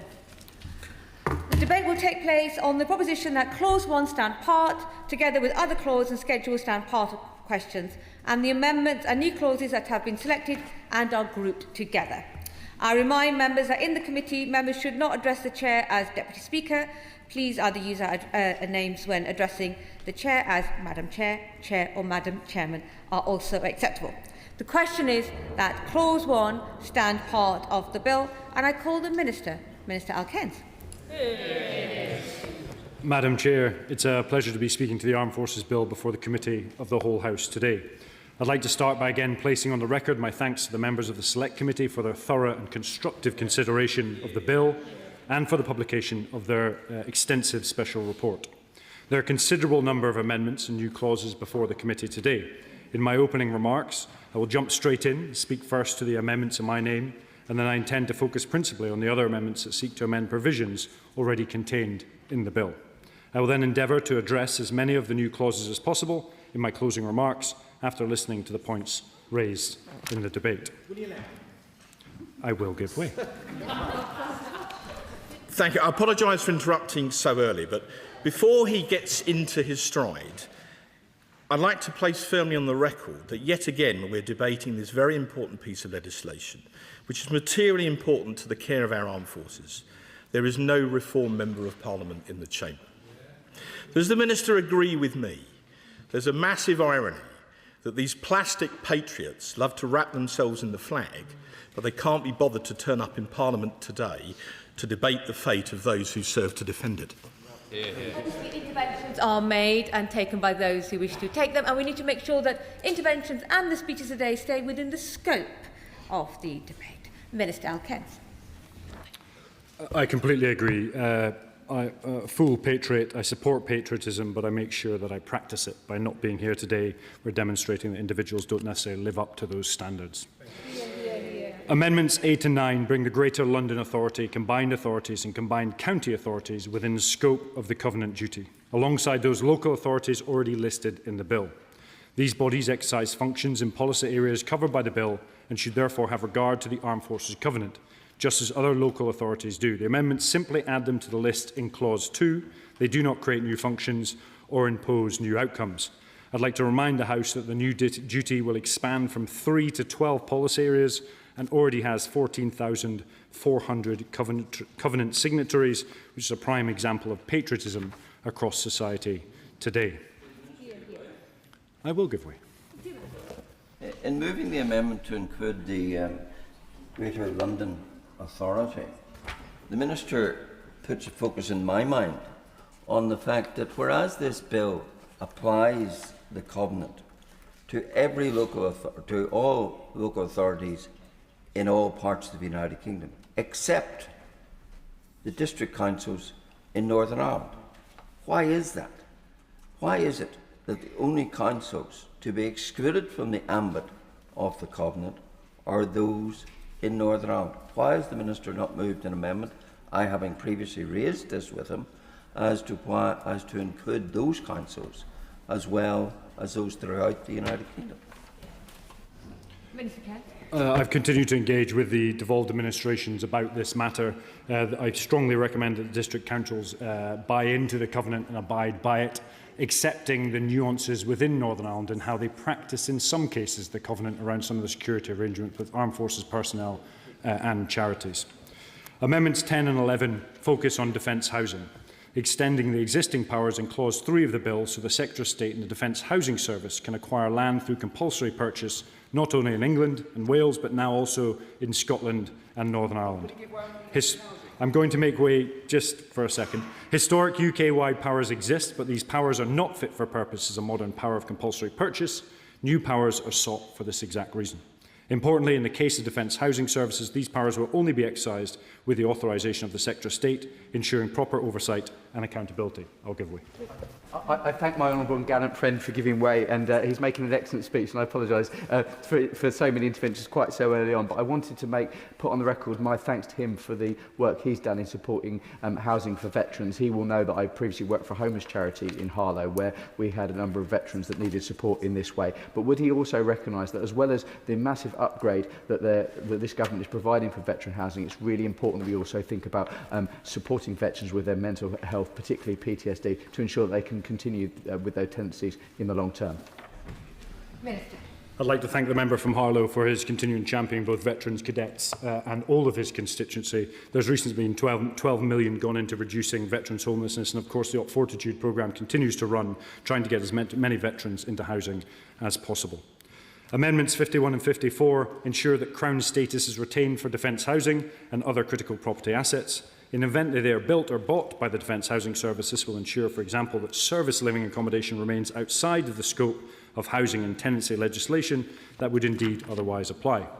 I will give way. I thank my honourable and gallant friend for giving way. He's talking about the support that this Labour government is giving to veterans and improving their housing situation. In my own constituency, the East Sussex Veterans Hub provide really valuable support for local veterans, and they have just received a £500,000 grant to scale up the work they're doing and convert disused office block accommodation in Hastings Town Centre into supported accommodation for over 14 veterans, which is amazing. So will he join me in paying tribute to the work that the East Sussex Veterans Hub do, led by Bernard Stonestreet? And could I extend an invitation to him to visit the East Sussex Veterans Hub, where he will be pleased to know they've built a full-scale flight simulator where you can come and simulate Operation Black Buck, which I know they'd be delighted to welcome him to. As an ex-Marine, I've never been known for flying, but I would love to come and visit the East Sussex Veterans Hub, and it always amazes me when you go around the country, whether it be Scotland, Northern Ireland, Wales or England, where you find these little examples of just pure community spirit that help our veterans out. And importantly, the flight simulator, whilst it may be fun, also helps people learn critical skills and get them back into work. And I'd like to thank Bernard in particular for all of his hard work, and if I can come and visit, I most definitely will. I'll make way ever so slightly. Amendment 48 means the Defence Housing Service provisions comes into force on royal assent, ensuring no delays in standing up the Defence Housing Service as early as April 2027. I will remind the House that Defence Housing Strategy plans 9 in 10 defence houses will be modernised or upgraded for our family personnel. 40,000 across the entire estate. This is a once-in-a-generation opportunity, with over 10,000 refurbished or replaced over that period. I will give way. Giving way, and I'm sure he would also like to pay tribute to the work of a library in and around my constituency, which does great work for service veterans. However, will he ensure that we don't give the false impression, and that is to say that veterans are all homeless and have mental health problems, because nothing could be further from the truth. And the great majority of people leaving our armed forces happily are well sorted in their lives and are in robust mental health, which is important, since we need to attract people to join our armed forces and our reserve forces, not deter them or put them off. Minister. I'd like to thank what was a really useful point and observation. First of all, to support the work going on with his constituency within the library of doing an amazing job. And I think they might have recently received some Valour funding for that, which is a part of a programme really trying to change the initiative, how we look after veterans. And then to your second point, I'm a firm believer that veterans do, when they join the military, they contribute to the most important function of government, which is to protect our people and our nation. And then when they leave, they go on to contribute to the economy. Because actually a large percentage of veterans, when they leave the military, go on to thrive across all sectors of civilian society and deliver above and beyond. There are a percentage that need help, and there are a smaller percentage that need lots of help, and that's what we've got to focus on. That's what Valour is really there to do, and I'm sure over the next couple of years it will absolutely deliver and readjust our mechanisms for looking after veterans across society. So the service justice system looks at amendments 57, 59, 66 and 67, relate to the point raised by the Director of Service Prosecutions at the Select Committee. They ensure service protection orders can be made by a service court in relation to a service offence, even if the person has left the armed forces. Amendments 80 and 84 make provision for the post-service management of service stocking protection orders in Northern Ireland. They ensure that such orders can be effectively recognised, enforced once an individual leaves service. Amendment 30 provides for service restraining orders to be enforceable as equivalent orders in Scotland and Northern Ireland in certain circumstances. New Clause 4 introduces a new power for service courts to make a service image deletion order. The new deletion order will enable the service courts to require offenders to delete and destroy any images or films in their possession or control that are connected with specific offences and which depict a person in an intimate state. Amendment 31 removes the limitation of the powers to search and seize electronically tracked stolen goods without a warrant being applicable to relevant residential premises. Only it instead applies the broader concept of relevant premises. This is any premises occupied or controlled by a person subject to service law or a civilian subject to service discipline, but are not necessarily occupied as a resident. It's worth noting that across both sides of the House, since 2021, we've created the Defence Serious Crime Command, we've created the Witness Care Unit, we're going to move forward with Tri-Service Complaint System and putting in place the Violence Against Women Girls Task Force to improve the standards and culture within defence. Turning to Amendments 33 and 34, which make small but very important changes to Clause 25. Clause 25 will require the Secretary of State to issue guidance to help a victim reach a view on their preferred jurisdiction. The Select Committee highlighted the importance of victims receiving information in an objective and impartial way to help them give an informed view. The Government recognises that need, and Amendment 33 reflects that. This amendment also ensures that the needs of the victims and the circumstances of the events are taken into account in providing that information, and that the appropriate record is kept of that information. Amendment 34 adds the Lord Advocate to the list of consultees, which ensures that she is consulted when the Secretary of State issues or revises the new guidance. Amendment 37 extends the provision in Clause 29, which requires a disclosure of spent cautions for the purpose of administrative action. Cautions are not issued in Scotland, as in England and Wales. This amendment means that Clause 29 will now apply to spent alternatives to prosecution issued under the Scottish justice system. Moving on to reserves. Amendments 38 and 39 remove the 18-year recall liability for other ranks. This is simplifying and unifying the liability for all service to 65 years. This change is significant. It aligns with our NATO partners. Germany and Finland both have similar liabilities, while France has also just announced a similar increase to age 70. Aligning policy with NATO partners ensures effective cooperation. It strengthens our collective defence, and it improves joint response to shared threats. Further simplifying the reserve liability is fundamental. It enables us to create a clear and modern framework that is easier to administer, easier to explain, and will enable the MOD to plan more effectively for workforce requirements and defence readiness. These amendments also ensure greater compatibility with a new workforce model, or zigzag careers as we're calling it, provided for by Clause 31 of this bill. We want to encourage a much more flexible working approach that mirrors civilian society, allows people's careers to be more flexible, but it's difficult and complicated to calculate exactly when the 18-year liability should start for people who might move between the regulars and reserves and potentially back again. We need assistance. We will. I thank the Minister for granting his intervention. I just wanted to bring up the topic of the Strategic Reserve and welcome the introduction within this bill. But I just want to clarify how the Strategic Reserve will be paid for. Will it be paid for via separate funding, or will it come from the money already allocated to pay for the active reserve in the MOD budget? So as the honourable member will know, there's a multitude of different reserves in the system, different liabilities, different pay, different pensions. Indeed, I've often described it as a sort of spaghetti junction of different policies layered on top of each other over the last 60 years. This is the first move to simplify that and to simplify the funding mechanisms and recall processes for it.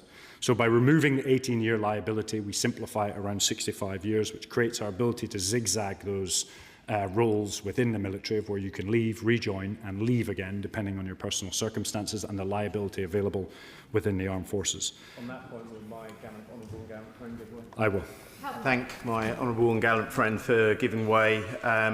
This weekend I received my recall notification nearly just over 2 years after leaving the military, and I managed to update the details that were kept within it at the same time as I've been presented with nearly 60 pages worth of forms to complete just to move into reserve or to take on a reserve service commitment. So would my honourable and gallant friend agree with me that there is some way to go, and that this amendment perhaps should speak of reserve movement between reserve forces and regular forces rather than the other way around?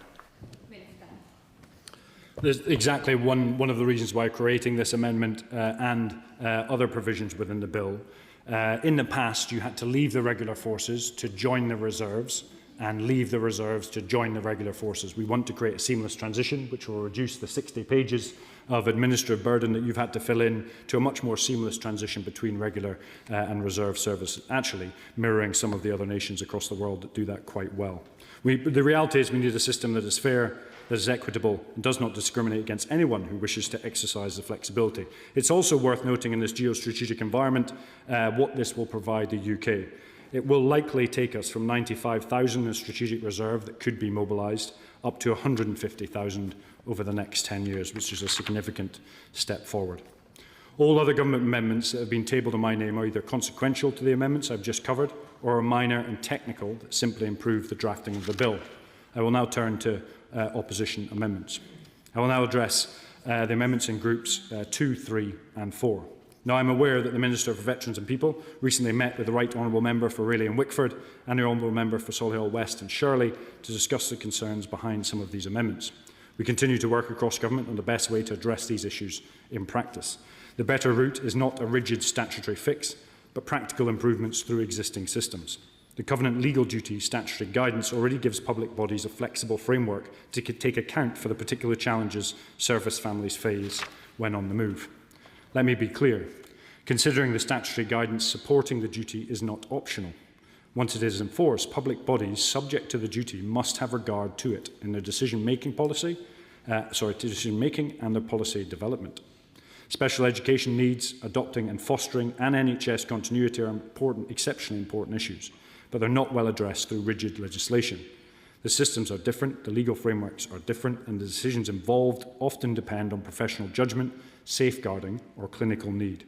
A blanket duty to transfer plans, arrangements, or treatment automatically could create confusion, cut across devolved responsibilities, and in some cases delay the support families need. Our focus instead is on improving continuity and delivery so service families get better support without unintended consequences. Turning to Amendment 88, which would require the Secretary of State to review current practices for communicating with former service personnel about their armed forces pension entitlements. The MOD maintains a comprehensive and ongoing programme of communication with both serving and former personnel, supported by established governance, regular data analysis and targeted engagement activity. The Department already monitors take-up and traces unclaimed entitlements 60 working days after pension due date, where a positive address has identified individuals are contacted. This approach has resulted in over 10,000 pensions being brought into payment. Mandating further statutory assessment would add process without delivering meaningful additional insight, diverting resource from the delivery at time when focus is rightly on implementing pension remedies and strengthening frontline pension support. Amendment 89 would require the Secretary of State to review current practices regarding the transfer of armed forces personnel's medical records upon their transfer to the reserve forces. I'd like to reassure the House that no transfer of military health corps records is needed when transferring from the regular to reserve service, because Defence continues to hold and manage the healthcare records for reservists in the same electronic system, which will also be simplified with some of the amendments I mentioned earlier to the reserve forces. It's worth noting that we send out 425,000 quarterly digests to those receiving pensions across the system. Amendment 90 seeks to make sure that all investigation and prosecutions of service persons for sexual offences and domestic abuse in the UK take place in a criminal justice system. Since the prosecutors' protocols were published in 2023, there have been no cases where a victim wanted trial in the criminal justice system, but the case was instead prosecuted in the service justice system. The amendment would, however, override the victim's preference. I'll say that again. The amendment would, however, override the victim's preference in cases where they prefer the service justice system. This risks increasing the victim withdrawal rate in civilian police investigations, which for adult rape flag cases in 2024 was 59%. The withdrawal rate for the Defence Serious Crime Command was 24%. The amendment could furthermore lead to the loss of erosion of the golden hour, evidence and safeguarding of victims, as there is no duty on civilian police to accept the case. A case-by-case approach that takes into account the views of the victim is better. Clause 25 therefore strengthens the provision of information to victims when asked for the preferred jurisdiction. This will help prosecutors take into account the victim's view when making a decision on jurisdiction. Amendment 5 would extend eligibility to sit on a court-martial board to retired officers. However, the Government does not consider the amendment necessary, nor would it improve the current arrangements. First, there is no shortage of eligible board members. The court-martial already draws from a broad and sufficient pool of eligible personnel. In 2025, for example, 447 service personnel were sworn for 263 trials, and there has been no difficulty in constituting boards. Second, it is important that board members bring current knowledge and practical experience of the latest single service policies, procedures, values, and indeed standards. An individual who has left service, even relatively recently, may no longer be sufficiently connected to the pace of change across the service. Now, I recognise the valuable contribution that veterans continue to make, but service on a court-martial board is not appropriate and means of drawing on that experience. It's also worth noting when we're court-martialing higher rank, there are over 331 one-stars in the British military, and therefore ample opportunity to sit on court-martial boards. I will now turn to Amendment 1, which would ensure persons undertake vital civilian work to be exempt from a recall order under new Section 69 Alpha of the Reserve Forces Act 1996. Section 73 of the Reserve Forces Act already provide powers of exemption to recall. This existing provision allows the Defence Council to, by regulations, exempt individuals from or relax recall liability in total. Amendment 6 aims to increase the readiness requirement for reservists in Army Reserve Group A from 180 days to 90 days. I'd like to reassure the House that all Army readiness levels are subject to annual review. To effectively fulfil its obligations, the Army must review and adjust readiness levels across all elements of its force, responding to evolving demands of the nation. It is essential that Defence maintains the necessary flexibility to respond swiftly and appropriately to changing threat levels. Embedding such provisions in primary legislation would impose rigid constraints, creating an obstacle rather than a suitable mechanism for setting and reviewing readiness levels. Hopefully, I have given the necessary assurances and would ask that these amendments be withdrawn.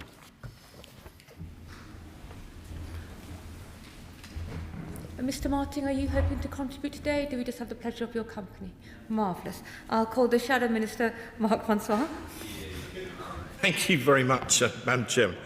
I beg to move amendments 1, 2, 3, 4, 5 and 6 and new clauses 1, 2, 3 and 6 in my name and that of my honourable friends. I should like to say a little about each of these amendments and new clauses in turn, but also to refer to new clause 5 in the name of my honourable friend from Huntingdon and say at least a little about the multiplicity of government amendments that have just been tabled, and in particular Government Amendment 54 on the proposed Crown immunity for the Defence Housing Service. By your leave, Madam Chairman, I propose to speak to the amendments first and then to refer to the new clauses a little bit later on in the debate so as not to try the patience of the House with an inordinately long speech. Turning to the bill itself, I hope that we have collectively done the House and indeed the Armed Forces a service in our scrutiny of the bill so far. Is the Armed Forces Bill Select Committee, most of whom are here now, we held 7 oral evidence sessions on the bill's contests, as well as a fact-finding visit to the Defence Serious Crime Command in Ferrum and to Defence housing sites at Ermsworth, near His Majesty's Naval Base Portsmouth. As a committee, we also received 47 pieces of written evidence and heard in total from 42 witnesses. Having held these evidence sessions, we then went through a detailed process of line-by-line scrutiny of the bill itself and produced our subsequent report to the House, which was published on the 29th of April. So the bill has already had quite a detailed amount of scrutiny, but it's quite right that a measure of this importance is now being debated in its committee stage on the floor of the House, and again, I reiterate my disappointment that Reform don't regard these proceedings as important. I'm sure the rest of us do. That's why we're here. Certainly. The Honourable Member for Rayleigh and Wickford for giving way. I would also like to reiterate the fact that there aren't any members here from the party led by the member for Clacton, in particular because so many of the local authorities that are responsible for implementing the Armed Forces Covenant are led by that particular party. So it is even more grossly incompetent that they are not here to listen and to learn.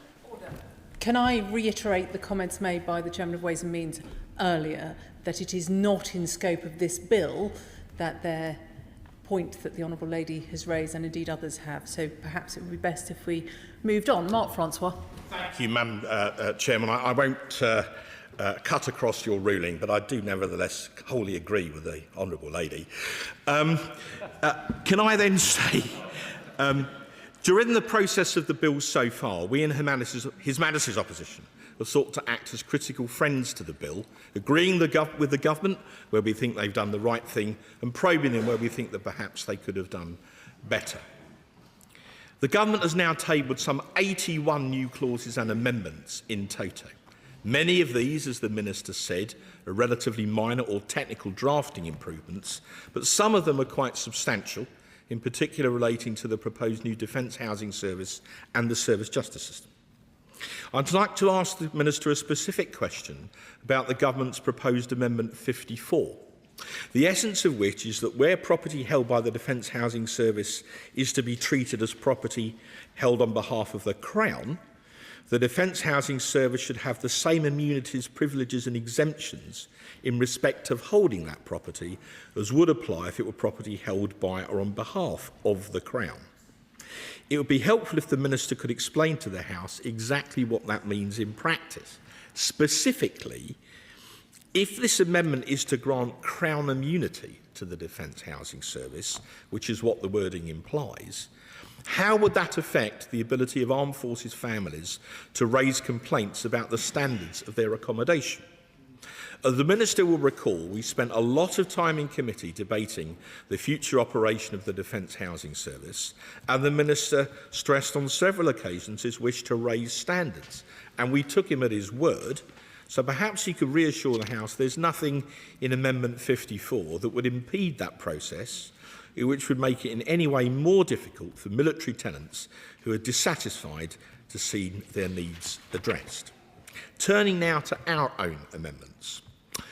Our Amendment 1 relates to those people who might be eligible to be called up as reserves, but who also perform work which is vital to defence in their civilian employment.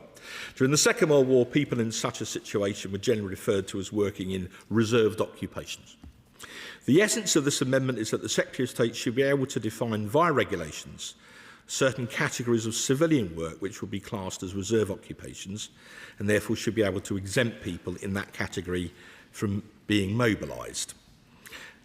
We still believe that that is a practical suggestion, but I take the point that there is already some power on the statute book that will allow ministers to do that.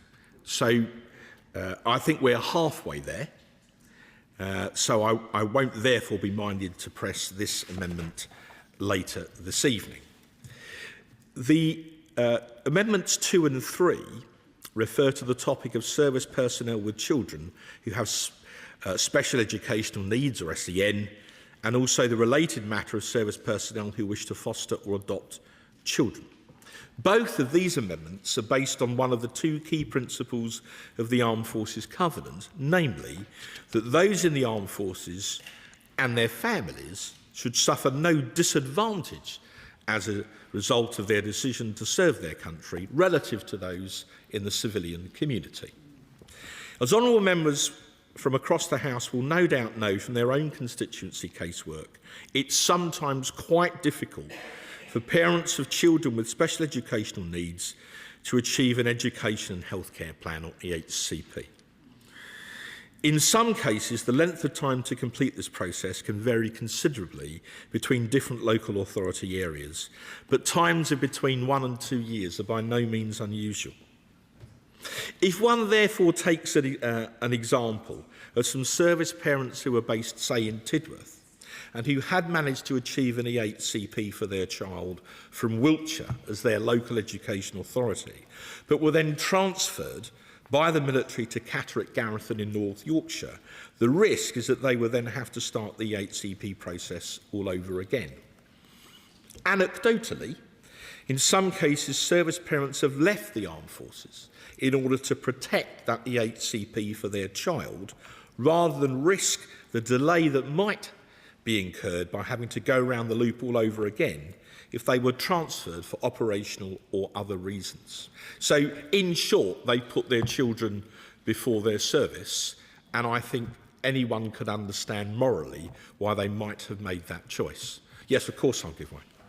My honourable friend, for the honourable member, for giving way. He's making a very powerful point, and hopefully something I can expand on as the chair of the Armed Forces Community APPG. This is an area that we have worked extensively with the Department for Education on, and we have made sure that, or I hope to be able to sate the concerns that you've raised as a result of the work that the honourable member raised in my response. But does he recognise that this is send policy should fall under the DFE, and the point of the Armed Forces Covenant is that we can leverage over the Department for Education and not place that detail in this bill. Madam Chairman, there has been a leak because the right of the honourable gentleman has clearly had access to my speech. But perhaps I could. He's put a lot of work into this, so perhaps I can meet him halfway with what I'm about to say.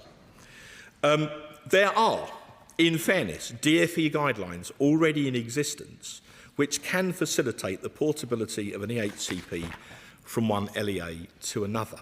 However, and this is the crucial point, that is by voluntary agreement, and there is no guarantee that if service personnel are transferred at the behest of their commanders, the LEA into which they will move will accept the EHCP on transfer. Therefore, the essence of the amendment is to ensure that the process does take place, rather than leaving it as a matter of discretion for the receiving LEA, who themselves might be under considerable pressure to meet the demand for SEN support. If I could just make the point on adoption and fostering, and then of course.